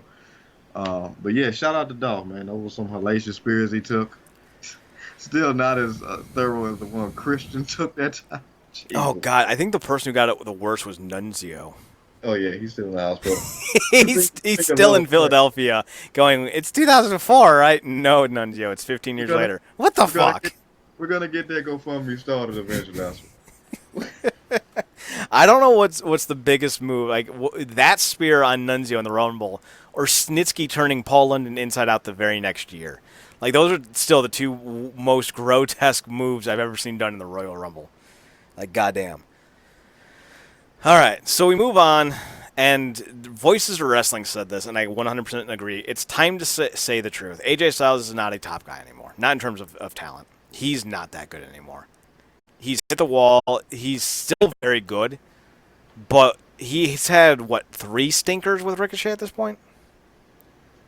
So either you're telling me Ricochet can't work a match, which, I'd be willing to hear that debate, or AJ Styles has lost so many steps that he's no longer the marquee matchup that he used to be, which I would more fall in line with. Look, it's either a gear. We know these matches could have been far more than what they were. We knew the stuff with Nakamura. It took however many matches for us to get a satisfactory out in between him and Nakamura. I'm still waiting for that one. I don't know what you're talking about. My meal never arrived. Marcus is apparently dead. Notice I said satisfactory. Like, that's about it. Well, Chad's probably right. Like a Sheetz satisfactory. We went to a 5-star restaurant. We got a Sheetz corn dog. Cool. We were looking for a double layer, and we just got a sheet cake. It's not even fucking ice cream either. It's just a goddamn sheet cake. It's just fucking vanilla. You fucking cunts. Couldn't even give me a chocolate sheet. Go fuck yourselves. But, it's either gear he can no longer hit or gear he doesn't want to hit, which may be worse. Yeah. God, because what does that even say? Like, does he not want to put over Ricochet? Does he not want to embarrass Ricochet? Can he not keep up with Ricochet? Like, one of those 3 is the truth. There is no 4th option. There is no option that does not make either AJ Styles look not like he can't keep up anymore, or that does not make him look bad for trying to hold on Ricochet. One of those is the truth. I don't know which one it is. But then again, I've never been the biggest Ricochet guy anyway, so I don't even know if Ricochet can go in the way that Styles can, because we've always said Styles is multifaceted. He's as close to a Kurt Angle as you're ever going to get. Yeah. I've never said that about Ricochet. I've always said Ricochet is one of the best high flyers. I've never said he's a great mat technician. I've never said he's a great wrestler on the mat. He has one specific area where he does very well in. On the indies, that's something to behold, because you're only going to see this dude once every few months, depending on when he gets booked for your area. But on TV, does that hold up? I don't know. Like Ricochet's in a very big testing ground mode right now to see what he can actually do beyond just his indie days. It's weird too. Maybe it's because it is those two going against each other. Like maybe the expectations are too high. It might be because I'm thinking if he going up against, because one of the things that might be missing from his arsenal coming off of the indies was his point of selling. Mm-hmm. Which is what we get a lot of now, which is more. This is another tool of him being a more full-fledged thing. But I wonder if it'd be such a stinker if he's going up against a Zack Sabre instead of AJ Styles. Well, that might even be another question, because Zachary Sabre Jr. is, kind of the inverse of Ricochet, in that Sabre Jr. only has that one set too, where he's just a submission grappling guy. Maybe you're right. Maybe it's the dichotomy of styles would help accentuate both guys, but maybe someone with like Styles, not style, maybe with someone like AJ being so multifaceted, you have to either go to a whole new level, or you have to be a completely different type of wrestler to really get that type of match out of him, because the Nakamura series were bad. Brock Lesnar's match with him wasn't great. Styles has not had a great match since probably John Cena, but that was the WWE stylized match where they just spammed finishers for the last 10 minutes. So even that has some asterisks next to it. The last really great match Styles probably had was with Nakamura before he left. Before Nak left New Japan. So that's what, 5 years ago, 4 years ago. It's been a while. Styles ain't the young boy he used to be. So I don't know. Styles has a lot of critics to answer, and so does Ricochet. This match was not good. Yeah, but real quick, as long-time DC fan, what do you think about the outfit? Okay, so as a DC fan, loved it. As a pro wrestling critic, hated it. Pro wrestlers should be the people you cosplay as. What does it say when you, as a wrestler, cannot find your own style to stand out and you have to double down on a DC comic idea? This isn't just for Ricochet. I've said this about Bliss. I've said this about, Leva Bates. Any Rey Mysterio. Although Rey Mysterio did it when it wasn't so prevalent, so he kind of gets a pass. But when you see it happen so often nowadays, it's like, what are you doing? Your brand is that you're inferior to another brand. Your brand is supposed to be the brand. We didn't go, hey, let's dress like Macho Man Randy Savage because he looks like a Marvel character. No, we wanted to dress like Macho Man Randy Savage because that dude had peak style. Like, there wasn't anyone else coming out in a cowboy fucking jacket with fucking tassels on it, wearing a multicolored hat, with sunglasses with like colorful stripes on them. Like that was all his own original shtick. And I think wrestlers who are able to find their own style, even if it's a dumb style like John Cena, they're gonna have a more memorable kind of fan base. Like, their fan base is going to have more of an attachment to him because they had that look. Bret Hart, he came out with those fucking douchey purple strap-on sunglasses, but fans loved him. He had that leather jacket for no reason, and his singlet was always the same thing. But fans are always kind of connected with that. Piper's skirt, Flair's suits. Well, maybe not so much anymore because everyone wears a suit. But my point stands, don't cosplay in the ring, because if you want people to remember you 30 years after the fact, you have to give them things to remember you as. And you ain't going to license a Nightwing costume in a WWE video game or in a WWE action figure. You're going to need to have your own shtick, and I think that's what Ricochet should do. Focus on building your own brand, whatever that is. I don't know what Ricochet should look into. But I do know that cosplaying as a whole, as a wrestler on a main screen television show, should end. No more cosplaying. You should be the thing people want to cosplay as. That's just my take. What about you? Because I don't want to feel like I'm the only one who has an opinion. I know you're a Ricochet guy. You're a Nightwing guy. How did you feel about that? It always makes me pop a little because, like I said, I'm always down for the superhero stuff. But I think breaking it down like that, you're 100% right. You should be the guys that people want to cosplay as. I was about to reference Samoa Joe, but Bret Hart did the thing with the towel, right? So Well, Taz did the thing with the towel, but the Joe thing with the towel, I think he made it his own because he always had it. yeah, I don't remember a day when he didn't have it, and he's always had essentially the same type of outfit. yeah, That semi-colored, that one black, one multicolored one, except for that stretch in '09 when he was wearing those awful pajama pants. oh yeah, yeah. But he's That always was, had a unique style. So like if you were to show up in a pair of combat sports trunks or combat sports shorts, where one was black and one was yellow, or one was blue, or one was green, or whatever, and you had a towel around your neck and your wrists were taped, I'd be like, oh, you're Samoa Joe. yeah. Like I'd know that instantly. If you showed up with a pair of bloomers on underneath shorts and they're black shorts and you're wearing a KO t-shirt, I'm gonna be like, oh, you're cosplaying as Kevin Owens. If you show up in a Nightwing suit, I'm gonna be like, you're cosplaying Nightwing? No, I'm cosplaying Ricochet. Nah, you're cosplaying Nightwing, dude. Sorry, hate to break it to you. Yeah, again, 100% on the money. Like that whole thing. When I first, got a hold of AJ Styles, mocking his entrance, I had to have a hood on. Exactly. You had to lift it a little bit, look around, drop it, and then you flipped it back and did the Styles pose, which he doesn't do anymore. Like there are ways to make it your own. Like when the New Day came out as Saiyans, like that was cute, but Yeah, also you're not going to be able to recreate that in a lot of different visages. Like that is a nice thing to do for a moment, but you when I got really into WWE again in '04, '03, or around that, they started to use a lot of the WrestleMania costumes as the base of these characters in the games. Specifically, Shawn Michaels' cross-chained outfit that yeah, he came out with mhm, the cross pants, like they're like blown out jeans or something like that. yeah, He debuted that at WrestleMania 21, and it yep, became like this big iconic look for him. yep. Imagine if Ricochet showed up at WrestleMania 21 dressed as Batman. He can't go into a video game like that. He just can't. So that's the thing that the New Day's Saiyan gimmick didn't go into the video game that I'm aware of. So don't try to do cosplay things on big moments because that needs to be your own moment, not you paying homage to something else. Do that kind of shit on house shows. Like if you're trying to pop something like that, that's when you should do it. But that's my opinion, and on this case, I'm willing to be wrong on that. But there's a reason why wrestlers are not seen like they used to be 20 years ago, and it's because people are constantly losing and dressing up as other characters. So, Exactly. And like you said, a lot of times, a lot of these guys blend together because either at one time they either had all long hair, or now they all have beards, yep. or now everybody's kind of blended together. Like there's nothing special about spitting water, No. but Triple H made it look like it was. Well, because he didn't spit water, he misted it. Missed I still can't do it. it. Yeah, it is something to that because you look real stupid if you don't have a proper yeah. Like if I ever hook up with like Tajiri and Great Muda, and like they're like we're gonna do a triple mist, they're gonna miss somebody, and I'm gonna just spray water in their face.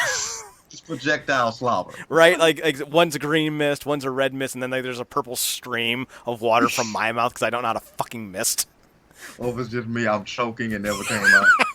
I'm doing CPR and there's yellow liquid coming out of Marcus's mouth because he swallowed the liquid gel cap and started spitting it. I'm like that. I'm like that picture of freaking Chase Owens still locked in the Paradise Lock. And Gato get your ass up. Come on, Mood into Jerry just looking at us like fucking newbies. So we move on to Bailey and Ember Moon. Bailey defeated Ember Moon. This had no real gravity to it. It wasn't something that was being talked about online. It wasn't something that was making the rounds on YouTube that was getting a lot of views.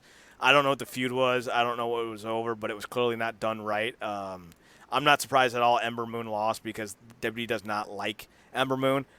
The skin tone for some reason. Yeah, not big breasted, not blonde, and your little Wrong shade of melanin, like yeah. melatonin, whatever it is, melanin. I think it's Say melanin. take the little out because you're not bliss, so yeah, doesn't bode well, and also doesn't bode well when you get kind of thrown into this feud like what a couple weeks before the show, Mm-hmm. and then you take a significant, you basically get squashed by the number one contender for the opposite brand title. Yeah. in one of the weeks leading up to the show. So yeah, that, like you said, even without having watched this, you automatically know that they booked it wrong, which is sad. It really is. She's someone now. Listen, I'm very much a fan of Kira Hogan, so I'm not really too big on, Ember jacking her hairstyle. Whatever, it is what it is. But I'm not against Ember Moon. I actually like Ember Moon quite a bit. Ember Moon's one of the few characters on this brand that has a legitimate, unique gimmick. She's this howling monster who emerges from underneath a full moon and screams. She's not trying to be sexy or pretty. She's not worried about cosplaying. She's this thing that is primal, and you don't know how to book that.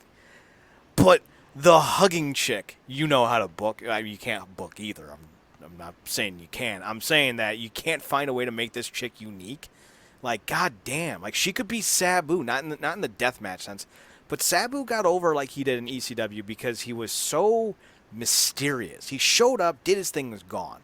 So when Taz decided he was going to make a return to the company as this new shoot fighter guy, and he called out Sabu, everyone's like, oh, yeah, like Sabu's going to take this fight. And then all of a sudden Sabu like showed up. He's like, sup, bitch. And Taz is like, sup, bitch. And everyone's like, I need to see this.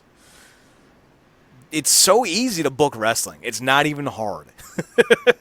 I know this for a fact. They just don't want to anymore. Like somebody like Ember Moon is someone that they're not ever going to get behind because she's.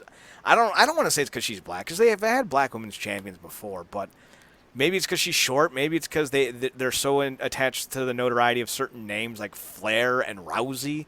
Maybe they think Becky Lynch can actually move the needle, even though the needle has been going down since she's been champion. I don't know, but I do know that she deserves better than what she's been getting. 100%. Kevin Owens defeated Shane McMahon. Moving on. Like, what else is there to say about this? We knew Shane wasn't going to win.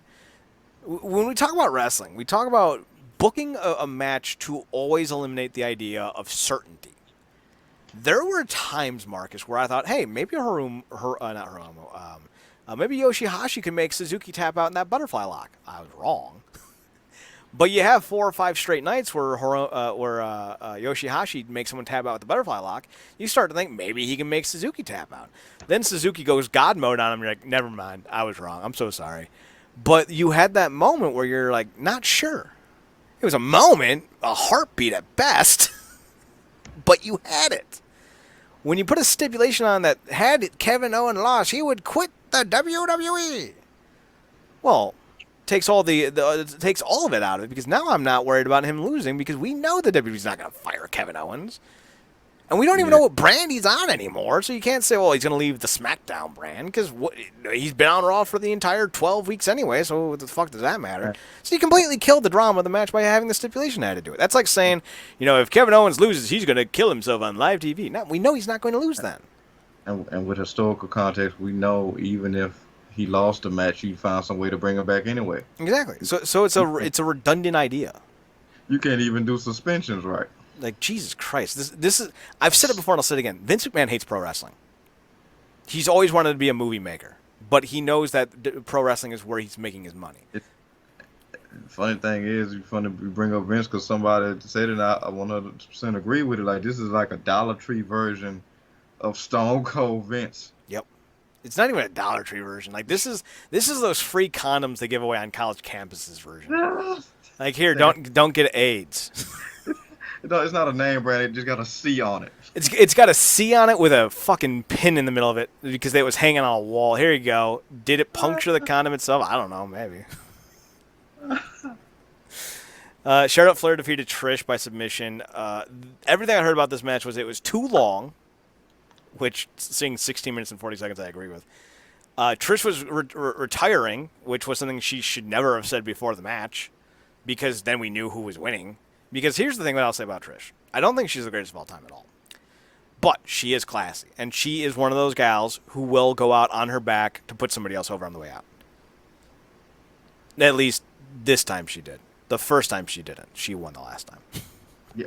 Actually, I actually dug this. 100% agree with you, everything you said about Trish. I think a lot of times people just kind of go with that just because they don't really look at the era or like we talked about before, the pool in which she was competing with at the time.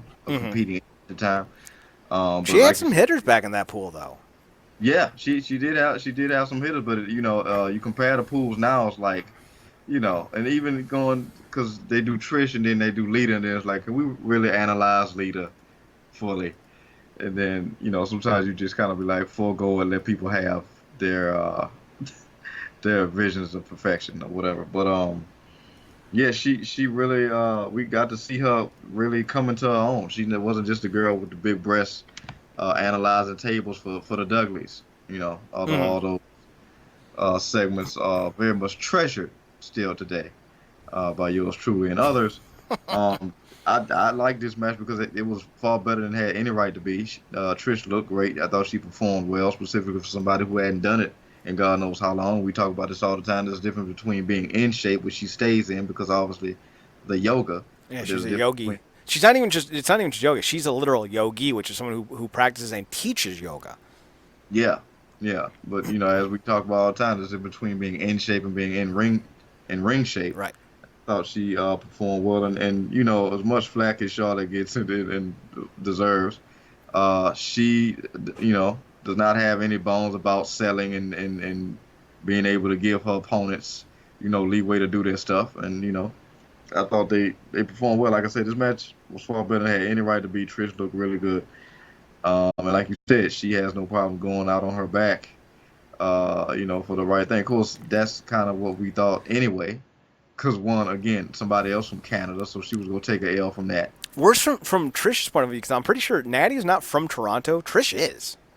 Yeah, yeah, but WWE narrative is all the same. You're from Canada's Canada? Oh, you must be from Toronto. I'm not. I'm from Winnipeg. Oh no, you're sorry. Natty's from Calgary, Alberta, exactly, Canada. Which is, and exactly. I actually did this because Lance Storm closed his school in Calgary. Calgary's like 13 hours away from Toronto. It's not close. That's like saying you're from Ohio if you live in Oregon. You're not from Ohio. It's like the same thing, and I know we talked about this. Like people kept saying LeBron's from Cleveland, LeBron James, like he's from frickin' Akron. It technically doesn't count. So let me correct you there. He's from fucking Akron, Marcus. Not frickin'. And it's not technically. He definitively is not from Cleveland.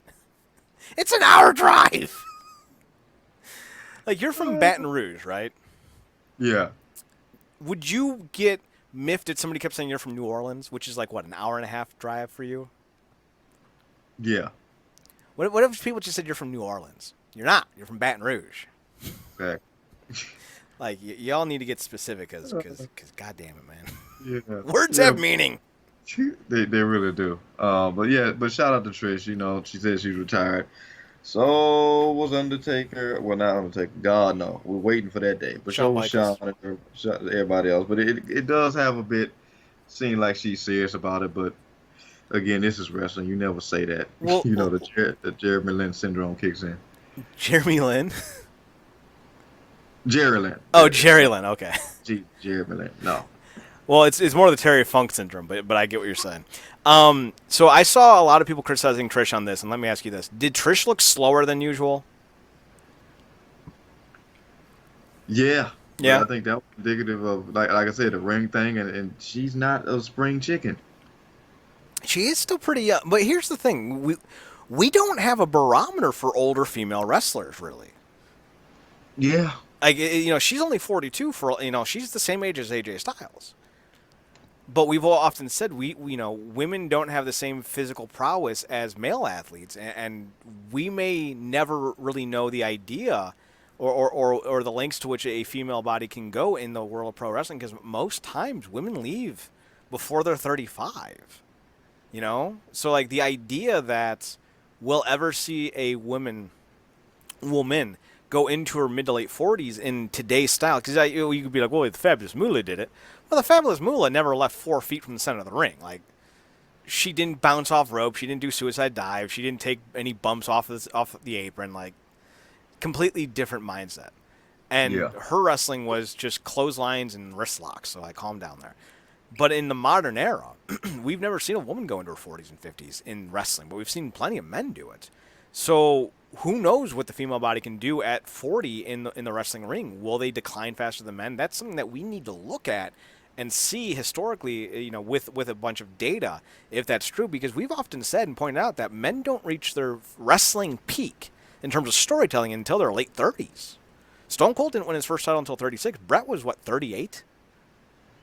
Brett retired at 45. Yeah. And he was still considered in his prime. So, the idea of aging in wrestling is drastically different than any other sport. But to Trish's slowness, I think that's something she realized. Because we didn't hear about this retirement thing until, 2 weeks ago, right? Yeah. And we've known she was coming back for about 4 weeks. So, Meltzer said she started training back in July. I think this is just a personal observation, I think she saw that she wasn't doing what she used to do. And I think she realized that she had lost a lot in terms of steps. So she was going to do this one last as a swan song and then call it. I think that's what this was. Because I don't think she originally intended this to be her last match. But when she saw that she couldn't do what she used to do, I think she switched gears, which I don't blame her for. That's completely fine. Stone Cold did the same thing. He didn't necessarily go into WrestleMania 19 thinking it was his last match, but then after it ended, he's like, "No, I'm done." So, thoughts can change. And even if Trish is done, even if she does a Stone Cold and never comes back, I think her legacy is pretty cemented. I would argue she's number 6 all time, but that's without me doing a list of top female athletes or top female wrestlers. I could not justify putting her any lower than 6. She could be as high as 2 for all I know. But she's in the top 6 of all time. And if that offends you that she's not number 1, it's Gail Kim, by the way, that's fine. Be offended, but realize there have been thousands of female wrestlers in the history of this business. For me to say she's in the top 6 of all of them should be in itself a reward. Specifically considering how she started, people always put her and then in a category and then compare her to the divas that got picked out of magazines. I'm like, she was a fitness model. She was literally picked out of a magazine. Johnny Laurinaitis went to and said, "Hey Vince," I'm sorry, wrong this. "Hey Vince, I think we should hire this one. She's got boobs, and she's not ugly." Well, all right, Johnny, let's do that one. All right, people power. Because people like to revise history along with this company, they just go with whatever current narrative's being spun. Yep. So, but like you said, she's a consummate professional. There's very few people that go out on this business on their own accord. Specifically with the way she went out of WWE, she went out on top. She went out at a Mania, right? Winning. Trish went out the first time. Yeah. She went out at Unforgiven 2005. No, 2006. Yeah. Beating Lita. Was that in Canada? Maybe. I'll Yeah. Google. She beat Lita. Yeah. And then they did that whole crime time panty situation. And I think there's a dildo involved. And then Lita retired 2 months later at Survivor Series. Yeah, so she went out on top, same as Edge and a few others, and very few people that get to say they went out on their own accord at that height. So like you said, a career cemented. Specifically looking at where she came from, the fitness model thing turned, legitimate to people, taking her seriously, but calling her one of the best, which she is, and like you said, she's top 6. I don't think that's. Obviously, everybody's thing is subjective, but she definitely is in that top echelon. You can't just call somebody in top because they were as beautiful as Tori Wilson. The Tori Wilson is still as beautiful as she ever was, but she couldn't go. I think she's another Yogi. Yes, Marcus, it was in Toronto at the Air Canada Centre. So same place where she retired this time around. Full circle for you. In 13 years from now, at 55, she'll retire again in the Air Canada Centre.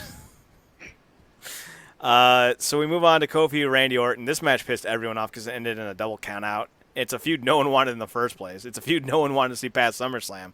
But Vince is like, I like that Randy Orton guy. He's got spunk. To Vince, that means literally what you think it would mean for Vince. And it feels like they just bit off what Styles and Joe did. At another SummerSlam or whatever show that was, with Joe, where Styles' family was ringside. Yep. And he did something, and Styles got a DQ or something. That another match with a non-finish, and then the fans called bull crap on it. So I feel so bad for Kofi. This is the only time he'll ever run with this belt. I fully believe that. He's 37, so he's probably got another 8 to 10 years in him. But as a top draw, if this doesn't work, they're not ever going to go back to him. And I have a hard time imagining him going to a Ring of Honor or New Japan or an Impact and getting the belt. So, like, this is his one shot to make a legacy that is beyond just a tag team, because we all agree Kofi's one of the greatest of all time. But again, the idea of greatest of all time, there's 200 people who are in that conversation. Exactly. This was a chance for Kofi to move up the rankings quite highly, but his matches, even when given 15, 20 minutes of uninterrupted action, weren't that great. Most of them are ending in these goofball fucking clown shoe styled finishes, and they're not helping Kofi's legacy. Kofi needs clean wins over top guys. It's not that hard.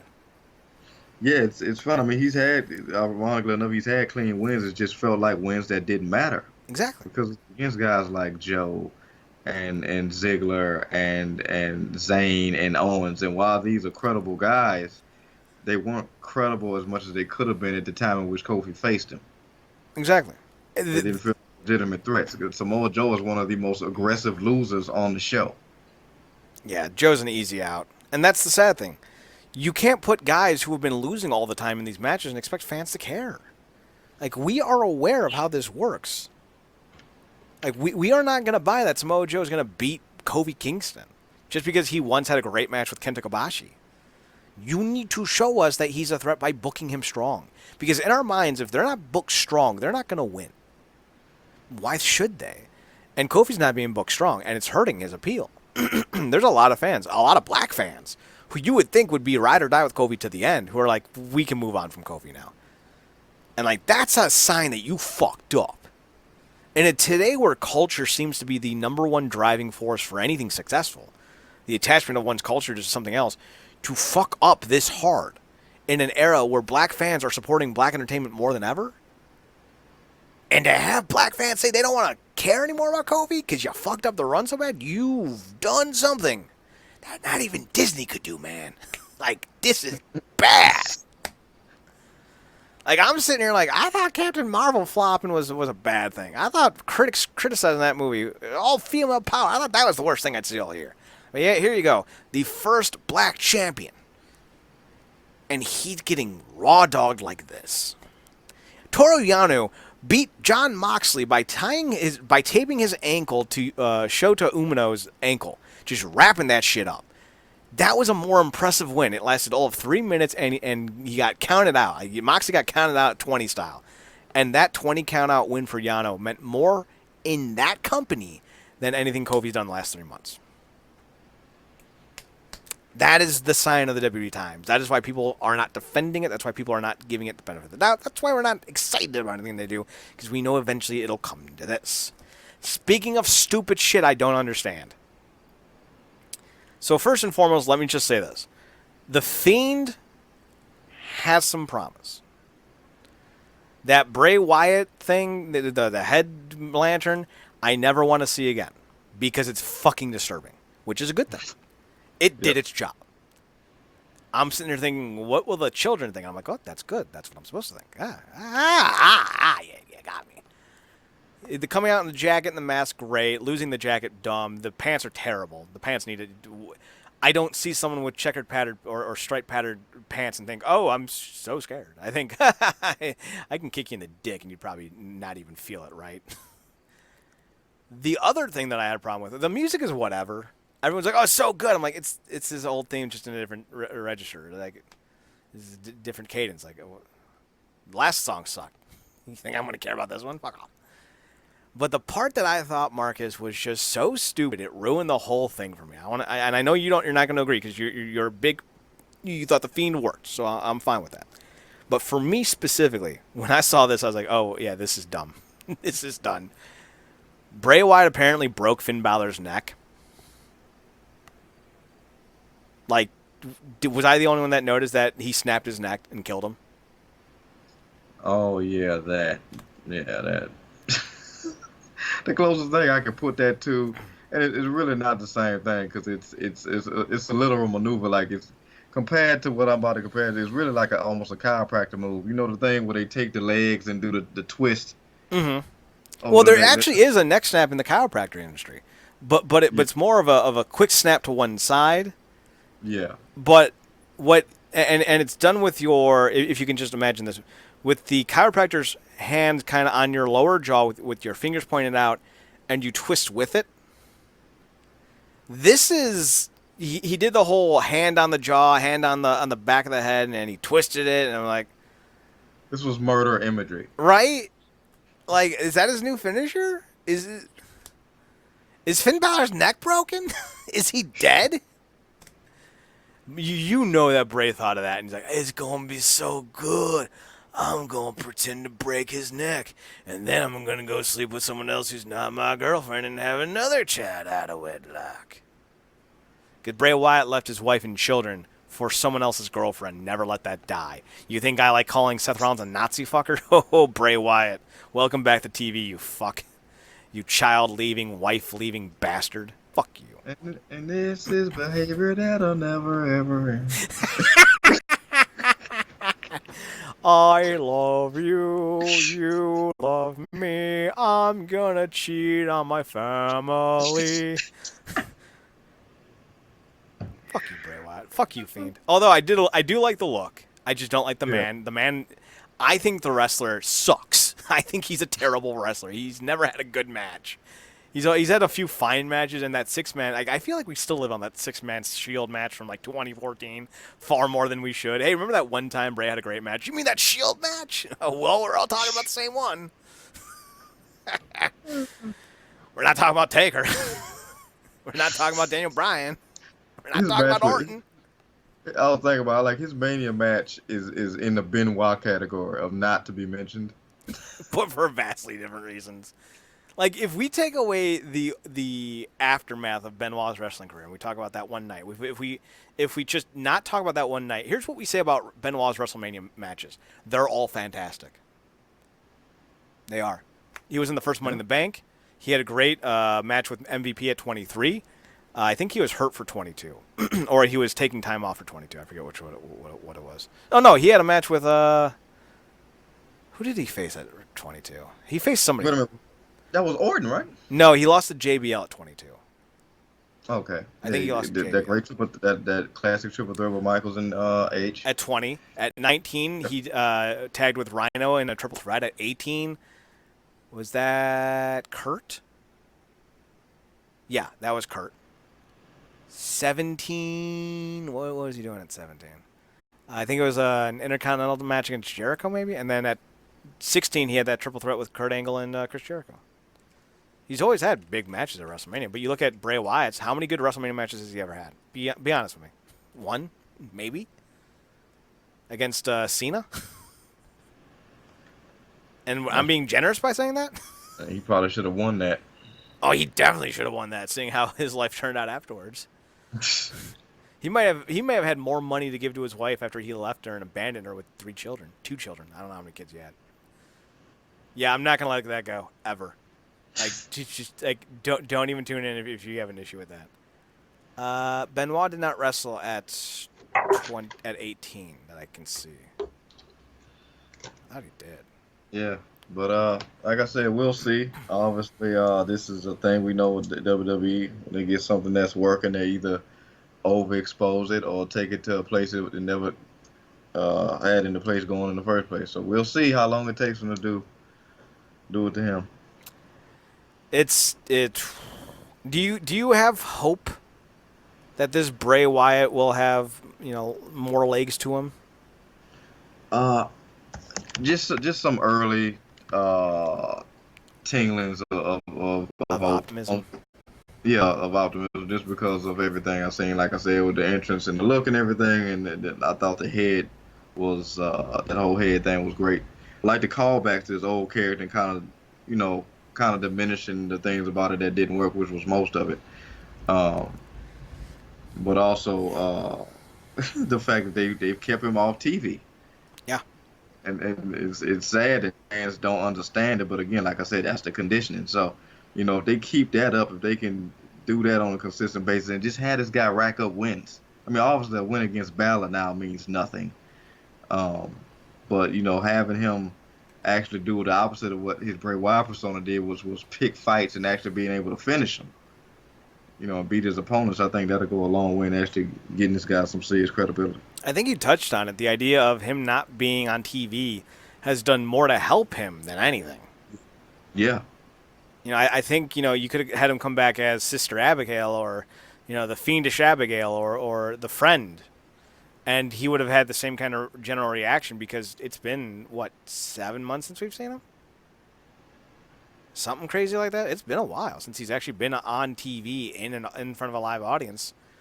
I can't think of him being on, the last thing I remember him doing was the tag title stuff. That was last year. Yeah, that was it the whole stuff with Orton, right? Yeah. Let me see. Delete the Worlds. So the Matt Hardy stuff. Oh, yeah, man, that's why it was so forgettable. So this was his first time in person in front of a live crowd since November of last year. Yeah, because we haven't heard anything about this whole gimmick thing on live events either, right? So. Yep. He did one match back in November. He hasn't been on TV in almost a year. Dropped the family, dropped weight. Dropped his family. Oh, wait, sorry. Sorry, my bad. I'm not supposed to bring that up. My bad. Speaking of stupid things that should never happen, Brock Lesnar lost his Universal title to Seth Rollins. Talk about wasted opportunity. Honestly, what was the point of having Brock win the title in the first place? Do you not have any value in the guys around you? Could you imagine if Finn Balor won the Money in the Bank, cashed in at SummerSlam, and faced Seth Rollins, and Seth won? And then, Balor shook his hand and said he needed time off because he clearly doesn't have... He's clearly not at where he needs to be to compete against Seth Rollins. All of a sudden, now Finn Balor's return is going to be something of optimism. Is he going to heal up? Is he going to come back right? Is he going to come back better than ever before? And it puts over Seth Rollins in the same onus. Plus, it gives significance to the Money in the Bank briefcase. And it made us, we're just going to put it on Brock because fuck everyone. Oh, come on, Chad. That would not only make logical sense, that would also be relying on the younger guys. We can't do that. What you said is 100% true. It is. It's 100% true. But here's the thing. Finn's not young. He's 3 years younger than Lesnar. But I know that's how they think. Oh, Finn Balor's too young. Sir, he's 3 years younger than Lesnar. That's too young. Finn's going to be 40 here, man. Think about that. He's 38. Finn's not a young dude. Seth kind of is. Seth's 32? I think he's 32. But, damn, man. Finn's getting the shaft. If I'm Finn, I'm, waiting for that contract to run out and leaving. Because, God, what a waste of a character. What a waste of a wrestler. He's another person. If he went back to New Japan, got with the Bullet Club, setting the world on fire. Here's the thing. I think Finn and Shinsuke could leave WWE if they don't want to. I don't even know where Finn Balor lives anymore. I think he still lives in the UK, but I doubt it. They could easily just go to Ring of Honor if they don't want to move back home. Yeah. And they would become top draws. They'd become the most reliable guys on that roster. They would start having matches with your candidates again. And they would be at the top of the roster. They wouldn't have to deal with, we're going to push Braun Strowman this week. Oh, now it's Lars Sullivan's turn. Oh, that's so great. I'm so glad that you guys are, finally doing shit. Whatever the fucking happened to Lars Sullivan? Does anyone care? I care. Well, I really did forget about that guy. Did his anxiety kick in again or something? Do we know? I think he might have been hurt. I think. I forgot about that guy. Oh, well, Elias hasn't been wrestling, but he's been on TV. What the fuck? Yeah, it's true. Rusev is still a thing? Don't remember Rusev? I remember Rusev. If they're not waiting their contracts out, I don't know. They could be had about a couple twins by now. Right? So, New Japan is going to be... I was miffed when I found out that Royal Quest wasn't going to be airing live on the New Japan World. Well, apparently, before WWE buys out Fight TV, if that ever happens, Fight TV has just announced that Fight TV continues global partnership expansion through deal with New Japan Pro Wrestling Corporation Limited. Fight secures rights for New Japan Pro Wrestling's Royal Quest in London.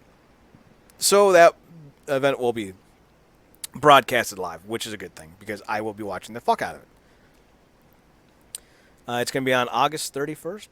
Yeah, August 31st. That's 2 weeks from now.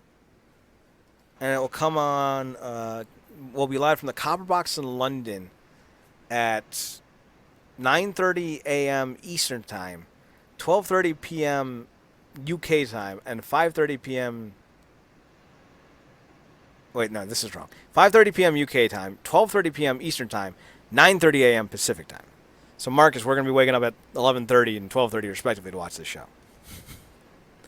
Which I'm fine with, because either I was waking up at 5 or I was going to bed at 9 in the morning. So, like, this is much more preferable. Much more our speed. Yes.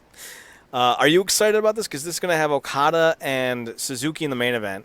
The GOD are going to be facing a tag team who win a British tournament. So they're going to be facing a local team. Tanahashi versus Sabre Jr. for the Rev Pro title and a bunch of other crazy shit. Kenta versus Ishii for the open. Yeah, I dig it, because this, you would think this is usually the time of year where they kind of cool off, specifically coming off the G1. So for them to kind of continue that momentum, which they always do a good job of doing in some form of fashion, even if the following shows on is big, quality-wise. This says a lot. They're going right into something hot. Continuing off G1, like you said, Okada and Suzuki and other stuff like that. So I'm definitely looking forward to it. I'm definitely looking forward to seeing who that team is that faces GOD. Because GOD, like Jay White, tends to, pull some underhanded tactics when they don't necessarily need to. So how dare you? Tama Tonga is a good guy. Yeah.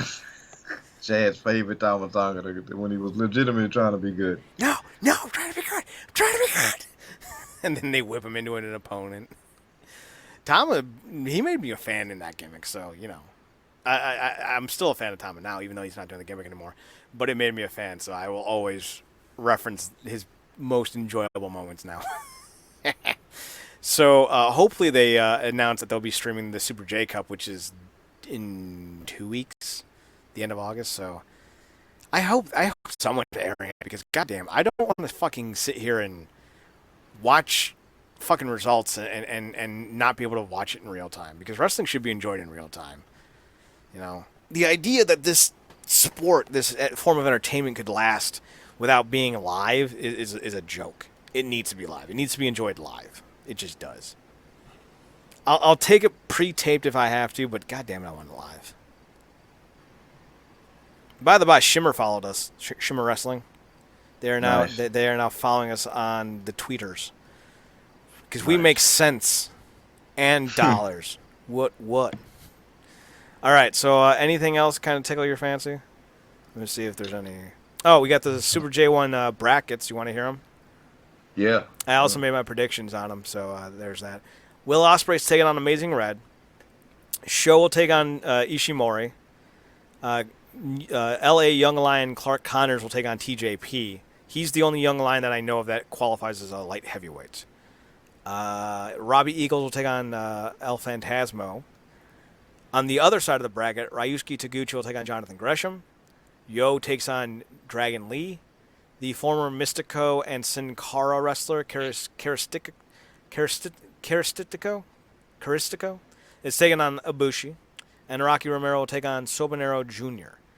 My predictions go as follows. I got Ospreay over Red, Ishimori over Sho. Clark Connors pulls the upset over TJP because fuck TJP.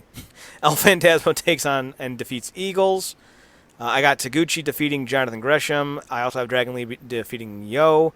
I got Caristico defeating Ibushi, and I got Rocky Romero defeating Soberano, whatever his name is. Phantasmo will defeat Connors. Ospreay will take on Ishimori. Ospreay will go to the finals. Dragon Lee will take on and defeat Taguchi. Caristico will take on and defeat Rocky Romero. The finals will end up being Caristico over Dragon Lee. And I'm predicting Will Ospreay versus Caristico. Because it's fucking Will Ospreay versus Mystico. Of course you're doing this fucking match. And if you don't, I don't know what you're doing in life. Are you excited for the Super J Cup? Yeah, always a fan of the Super Juniors to see what they do. So yeah, I'm pulling for guys like Track and Lee and Show and some other guys. But yeah, always a fan of the Super Juniors. We also got the King of the Ring coming up. Cool. I cared about this 15 years ago. Chad was like, "Oh look, they threw this together in 2 weeks." By the way, I love how they did the highlight package and they stopped at like who was the one of the last guys that went that was actually relevant? Was it Brock? I think they stopped at Brock. No, they stopped at King Booker. I heard they cut Billy Gunn and Ken Shamrock from it. Hilarious. So I that know. I means know. no Billy Gunn, no Ken Shamrock, no Barrett, no Sheamus, no. I don't even remember who else won it. So like, fuck that noise. Yeah, look at them revising their history again. I love it. Like they never even got to Barrett. Love that.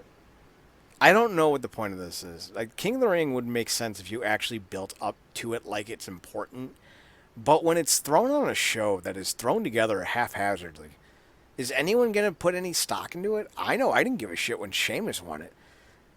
And and like the damn mixed match challenge and the Andre thing. What does it mean? Exactly. What do they get? What is the point?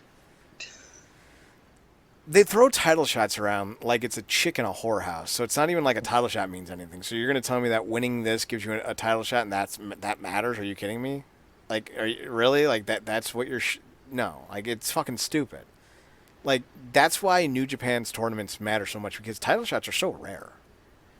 You know, the only way you can guarantee title shots in in that company is to win the New Japan Cup, to win the Best of the Super Juniors, to win the G1 Climax, or to pin a guy who has a title in the G1 Climax because those are non-title matches. So if you pin someone who has a title, you basically get a title shot.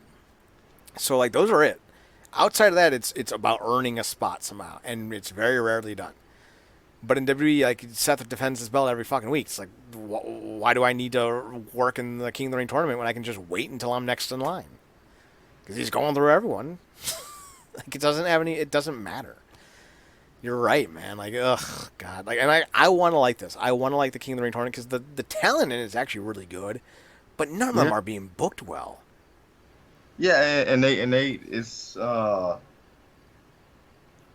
it's easy to believe that they won't allow the talents of like an Andrade or Cedric or is Buddy Murphy in that? Buddy Murphy's in it. Ali's in it. Prince Ali, fabulous, area It's, bow. he's on the names that are guaranteed to shine. Even a McIntyre. We come on. As much as I'm a fan of Apollo Cruz, we know why he's there.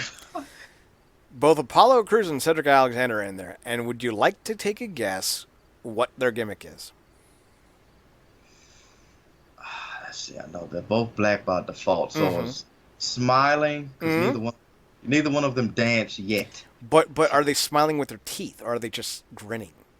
Clarify. Well, we know Apollo is using the entirety of his however many. What's the precise number? 54. What's the precise number? 36. I don't know. There's all the So, teeth. All the exactly. teeth. You got all of them, and we're seeing them. So So Cedric. There's both smiling, happy black guys. Man, I can't wait until Vince has them dance. typical WWE fashion. Corbin wins the whole thing. Don't even joke.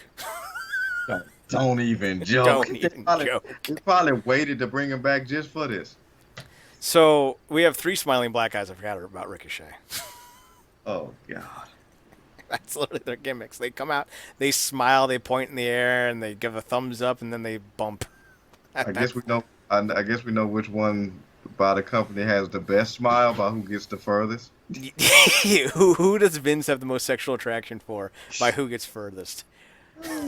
Said ends up in the finals. Ooh, said Vince must really like you. It's none of them will ever surpass his yearning for truth, but Well, Rotten Killings has a special place in Vince's cockles. So I think it comes down to like. Here's the thing with this. I don't know if they're gonna book this like an angle, like it's just to propel a feud. If it is, the finals are gonna be Ced versus Drew McIntyre. If they're just booking it to put the two best guys over, it's gonna be Ricochet and Drew. If they're just booking it for Drew, which is how I'm thinking that they're doing this, Drew's gonna win. If anyone else but Drew McIntyre wins this, I'm gonna be genuinely not concerned, but shocked. I'm gonna be genuinely taken aback. Like, what? Like I won't believe it. Because this to me just seems like a vehicle to get Drew McIntyre over. Because who else in this lineup? I mean, you got some great cats. You got Chad Gable. You got Sami Callihan. I think Samoa Joe's in it.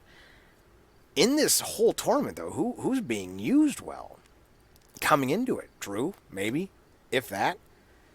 And even then, I would say there's some doubts. So I don't know. Marcus, do you have any hope for this fucking tournament? No, and then if anything good comes out of it, I'm gonna be pleasantly surprised. But again, you picking McIntyre. I wouldn't be surprised they give it to Corbin. I'm just hoping to see some good matches along the way. But again, I ask, what is this for? What is it for? Is it for a title shot? Because title shots matter even more now, Chad, because people don't get rematches. Except when they get rematches. Yep. Like, didn't Ricochet get like 2 rematches? Yep. Fuck this company, man. Oh, god damn it. So, that's all I got for you guys tonight. Marcus, do you have anything else you want to add? Any other No. stories that piqued your interest? No, that's it. We already told them, man. You can catch Lucha Underground for free now. Yup, 100%. on Tubi. I have it on my PS4, and I might watch them, actually. I'm not sure. So, you're drained off WWE, completely burnt out from an epic G1, and don't care about Impact, unfortunately, or ROH, which is completely valid. Completely understandable about Ring of Honor. Completely understandable. Yeah. Major League Wrestling is putting out a great product. This week's episode wasn't great because the main event was Savio Vega, who's all of 102 years old and out of shape. But they got some cats on that brand that didn't get a lot of looks. Like Jacob Hammerstone didn't really make my radar until he landed on MLW. And I'm so far in the wrestling realm. I'm down their throat and out their ass. Like I know a lot of guys no one's ever talked about. And even I didn't know about Hammerstone. So like MLW is finding some talent. So definitely check them out. Impact is great. Although I'm still deathly concerned that Tessa's going to end up in Bound for Glory's main event in a triple threat with Sami Callihan and Brian Cage. That's going to happen. I don't see it going any other way. Yeah, and I don't. She's front and center on the Bound for Glory graphic. Yeah, between that and I feel like I don't want Cage's first world title reign to basically be summed up as the guy that was always waiting to be medically cleared. Yeah. And that's basically what he's going to be, I don't know if he wrestled on the California shows. We'll find out this week, 'cause I think that's when the California shows air. They're taping the Mexico shows this Thursday, so we'll see if he even competes down there. I don't know, man. I don't know. I am not enthused with all of Impact at the moment. But then again, my love affair with Impact is never going to be something that I think will truly be gone unless we're talking about that awful 2015, 2016 run, 2014, 2016 run. Like, that was bad. Yeah. And that gave me Davey Richards. So at least I had that. And Eddie. And truthfully, I'm actually kind of digging this Eddie, Alicia, Ace Austin thing. Because like you said, Marcus, she didn't say she didn't. I know. It's just mildly annoying to me because she's very much coming off like Cyborg and Young Justice before he calmed his ass down. Like every scene he was like, do you have an inside voice? Jesus. Dude, I was at the fucking you know what sheets are, right? I think you guys might have like something else down in the south. I forget what it's called. But for anyone who doesn't know what a Sheetz is, it's a gas station that also has a full food court kind of service in there. We have something called a Giant Eagle, which is our grocery store, and its chain of gas stations are called Get Go's, and those Get Go's are like Sheetz. They have a full service kitchen in them. And I was getting food last night, like 12 at night, and these dudes behind me were talking to this chick, and they were so loud, I wanted to turn around and go, "Do you have an inside voice?" And the fact you brought it up reminded me, I'm like, oh my god, I'm not the only old man who's not in his 80s yet who says that. You damn whippersnappers, don't you have an inside voice? Get off my lawn! Your damn rock music's ruining the economy! This country was great until we started letting all the Catholics in. I can say that joke because I'm Catholic. Speaking of which, I don't know if you heard about this. Apparently, some CNN journalist being called Frodo to the N-word. Did you hear about this? I think I saw that in the doggone the Trinity thing. He said you being called Frodo to the N-word. Fredo. Fredo. So this guy's Cuomo. I know very little about him. I mean, I know actually all about this because I actually do follow politics, but I'm not like one of those political fiends. Like, I don't give a shit about it. I just follow it so I know what's going on because everyone's lying, and I need to know who's lying, and it's everyone. So Cuomo is like this CNN anchor dude, and someone called him Fredo, which is it is an ethnic slur now. Like, I don't want to disparage that. It is an ethnic slur, but if you want to do a one-to-one comparison, I apologize if you get offended about this, but the Italian equivalent to the N-word isn't Fredo. I hate to break that to you.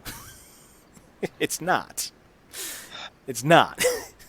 The closest thing we have is probably WAP, but that's more in line with like more of a Hispanic slur. So like I don't know.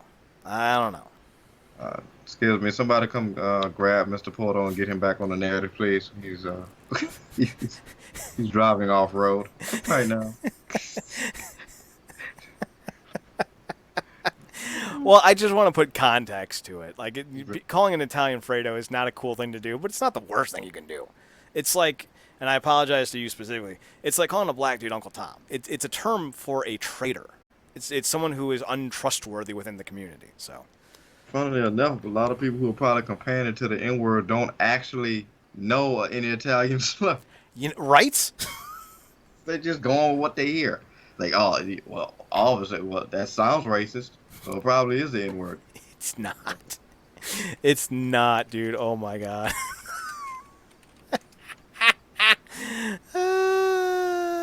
Like it's not. It's not at all. Fredo's not.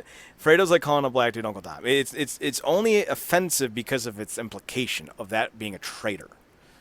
You don't want to be called a traitor. So with that being said, Oh, by the by, if you really want to get us with the N-word equivalent, it's guineas. Sorry, it's true. I just slurred on the air. Oh well, it's my own slur. I think I can say it. But that's just it's one of those things, Marcus. I heard that, and today I'm like, I need to talk to Marcus about this because the one thing that I always enjoy, because we come from different backgrounds. Marcus is obviously not white, and I'm obviously not black, but we have a lot in common. But it's those differences that I think is even more unique because we get to explore different things about one another through a perspective that we don't have. So I like to share these things with Marcus to kind of keep him up to date with what not to say to Italians. Exactly. It's funny. It's that greater thing because it's funny enough, and I understand the struggle, but a lot of times the LGBTQ plus community will oftentimes try to relate their struggle to the struggle of black people with slavery and all that. Mm-hmm. The kind of just be like, that's I get that whole vibe and everything, and there are certain elements and similarities and stuff, but I can walk in a room and not have people immediately know I'm gay. Can't walk in and not have them know I'm not black. So it's. Yeah, it's a problem, but it's not the same problem. Exactly. Like if I walk in, like back in the day, if you were Catholic, you were persecuted, but you could walk into a Protestant church and no one know. It's not like you have a giant sign over your saying, "I'm Catholic, persecute me." You actually got to tell people that. If you don't tell people that, you're fine. You're golden. Can't hide the color of your skin. I'm not walking in and immediately going, "Oh no, man, tan." Dude, I was in the tanning salon for like 4 hours. They didn't take me out. I had to go see a doctor just in case this is one giant melanoma. I'm not black. Totally cancer right now. It's totally. I have full body skin cancer. This is just one cancer sore. I look like old boy from Blade. Help me, Frost! Help me!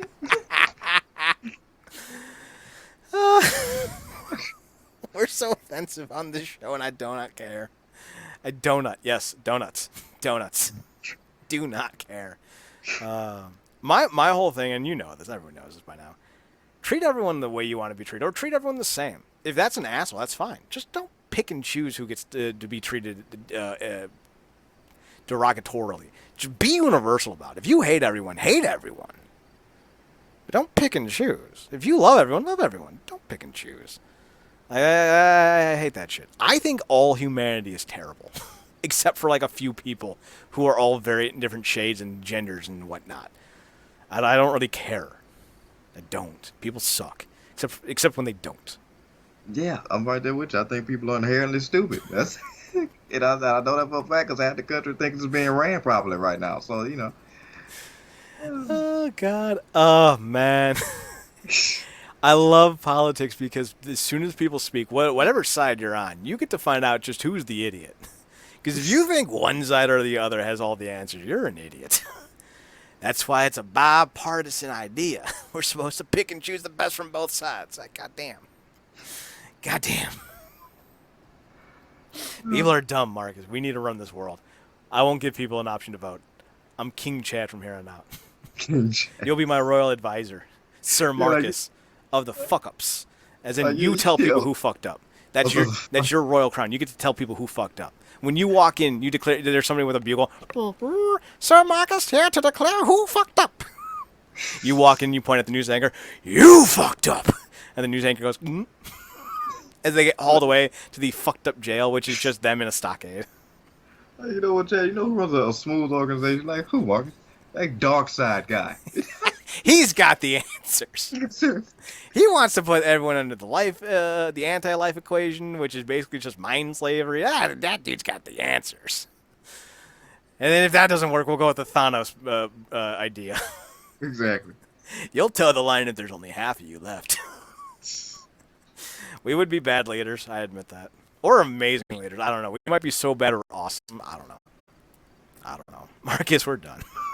Exactly. What's on tap for Thursday? It's one of your movies. Which movie is it? Euro Trip? Yeah. I actually have a schedule. I don't want to just pick Euro Trip if it's not. There's a schedule on the website. I'm going there right now to verify. I think it's Euro Trip. What was your other one? It was Euro Trip and Baywatch. I think Baywatch is last. Yeah. I think. Let me double check this. Although Baywatch's theme is fantastic. Yeah, so that's it's the one of your film. movies. Let's see. What else is there to catch up on? Got the Young Justice. Some stuff with that. We did a zombie of it all. I put on here Baywatch next. Hang on. I don't know if that's true. I think I fucked up the schedule. Alexi and Nicole, you are gorgeous. I love you. Please marry me. Yes. What else is there to catch up on? Let's see. We don't actually have a topic for this week either. Like, this was the one week we didn't have a topic for. End of summer movie month. Here we go. Yeah. Let's see what we got here. End of summer. Baywatch is this week. Okay, so it's Baywatch this week. Gotcha. I could have just... I'm an idiot. I went to the thing where I posted the schedule for the summer movie month, but I completely forgot that I put the fucking schedule on a photo and put it in both the original post and the new post, and I could have just looked left to the column and see the goddamn picture. I didn't need to go looking for it. So I don't know what we're doing this week. Maybe we'll just catch up on news. It might be a short show this week. But the next 2 weeks are going to be awesome because on the 22nd, we're doing a full Knights of Justice review. That means I'm going to send you all kinds of Knights of Justice episodes. We're going to watch Knights of Justice. We're going to rock out to the goddamn theme song. Arthur and the Knights of Justice, bringing evil down. Yes! Oh, so good. Ready to show. And then we're talking Young Justice Season 3 recap on the 29th. Nice. Like, we're gonna do the entire season, even the episodes we've been watching but haven't been covering. We're going to talk about those on the 29th. So I guess Thursday it's going to be a shoot in the shit kind of episode? Yeah, so it got some news items to go. Maybe we'll talk more about ethnic slurs in the Italian community. We got the Guinea Wops, we got the Wops, we got the Dagos. So many slurs. Yeah. Ironically enough, this is a thing, and a lot of people don't know. Every culture has slurs against them, folks. Everyone. And we're going to embrace them all. Oh, God, that would be bad. Some dude on Twitch got banned for using one. Like, oh, damn, I don't even know what would happen if we used all of them. Man, Would we be canceled from society? Would, like, they just, like, cordon off our houses? This is no longer part of America. 100%. I think somebody's either being investigated or damn near being arrested. Some girl on Twitch removed her cat off screen in some type of way. I saw that. She, like, kind of, like, she didn't throw it. I've done this to cats before. I've seen other people. You kind of just, like, not fling, but you give them forward momentum onto a pillow. Like, it's just a little toss. But apparently she's getting crucified for this. But yet, I saw a chick on YouTube basically beating her dog. And, like, she's fine, but the chick on Twitch is getting, like, I don't know, man. Man, we are fucking uber sensitive in today's society. Yeah, man. I don't think people really realize, like, cats will, like, that lay on their feet thing. Like, they. That's not Like, that's not a joke. They do. yeah. They got incredible balance. Incredible balance. So I don't know what Thursday's going to be. We'll catch up on the news. Yep. We're not going to make Thursday's show about Italian slurs. Like that's a joke. But we'll talk about maybe comics. I don't know. Ooh, we'll talk about Star Wars maybe, because apparently their new attraction is completely terrible and no one's going to it. Oh, wow. Shocking. People don't want to go to an SJW fucking theme park with no original characters that people love about it. So, all right, whatever. Thursday shows, here we go. This is how we're going to milk Thursday's show. Thursday's show is going to be a mystery. Mystery show. Building a mystery. Like that white Skittle. Ooh, that's right. What was that white Skittle? I never figured it out. Oh my God, Mark, you just hit me with a fucking throwback. Who else remembers the mystery Skittle? Marcus, oh my God, Marcus, I don't know. We had this conversation before. I think you had came up with a few flavors that was combined. Oh, it was obviously a combined flavor, like mango kiwi bullshit. Strawberry grape Guinness. It was something. I'm going to look this up. Oh my God, I can't believe you brought... Like, they've done that mystery candy bullshit like every 5 years in some form or facet. And every time it gets me. Oh, those bastards. So, yeah, it'll be the white Skittle of ComicCorp, because we're not going to tell you what it is until you actually part into it. Tomorrow, though, making an impact, we're going to be talking about this past week's episode of Impact. We're going to talk about Kurt Angle's title run in 2007 and how it stacks up against some of the greatest title runs of all time. And, yeah, something else, I'm sure. I don't know. We'll break down the top 5 moments of whatever Impact is shown out on YouTube this week. So that's tomorrow's show. And Friday, we're on to Season 3 of One Tree Hill. And Saturday, we're on to... What was the game? Menace Beach.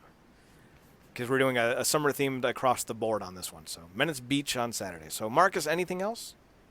Nope, that's it. All right, if you got offended tonight, get over it.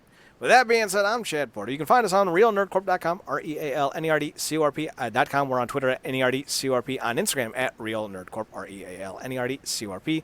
We're also on twitch.tv/realnerdcorp, mixer.com/nerdcorp, and youtube.com/nerdcorp.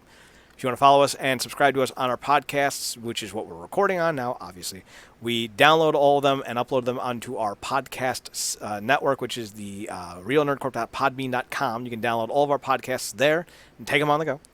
We're also available on iTunes by searching Nerdcorp on the iTunes section of the podcast section of iTunes.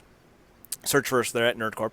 If you have a mobile device and you want to download us directly to your mobile device, not on your computer, download the Podbean app and download us for free at realnerdcorp.podbean.com or by searching Real Nerdcorp on that Podbean app. I don't know how it's set up, so just search Real Nerdcorp and you'll find us. We're also on YouTube. We did that. RealNerdCorp.com. Just go there. It's got everything. It's got everything you need. One-stop shop for all things us. And we've had a really good week, ratings-wise, in terms of like site clicks. Nice. And I'm not being too, scandalous in any of my takes. Our most visited column, it did really well, was, hey, this little tour of California, good sign. Thumbs up.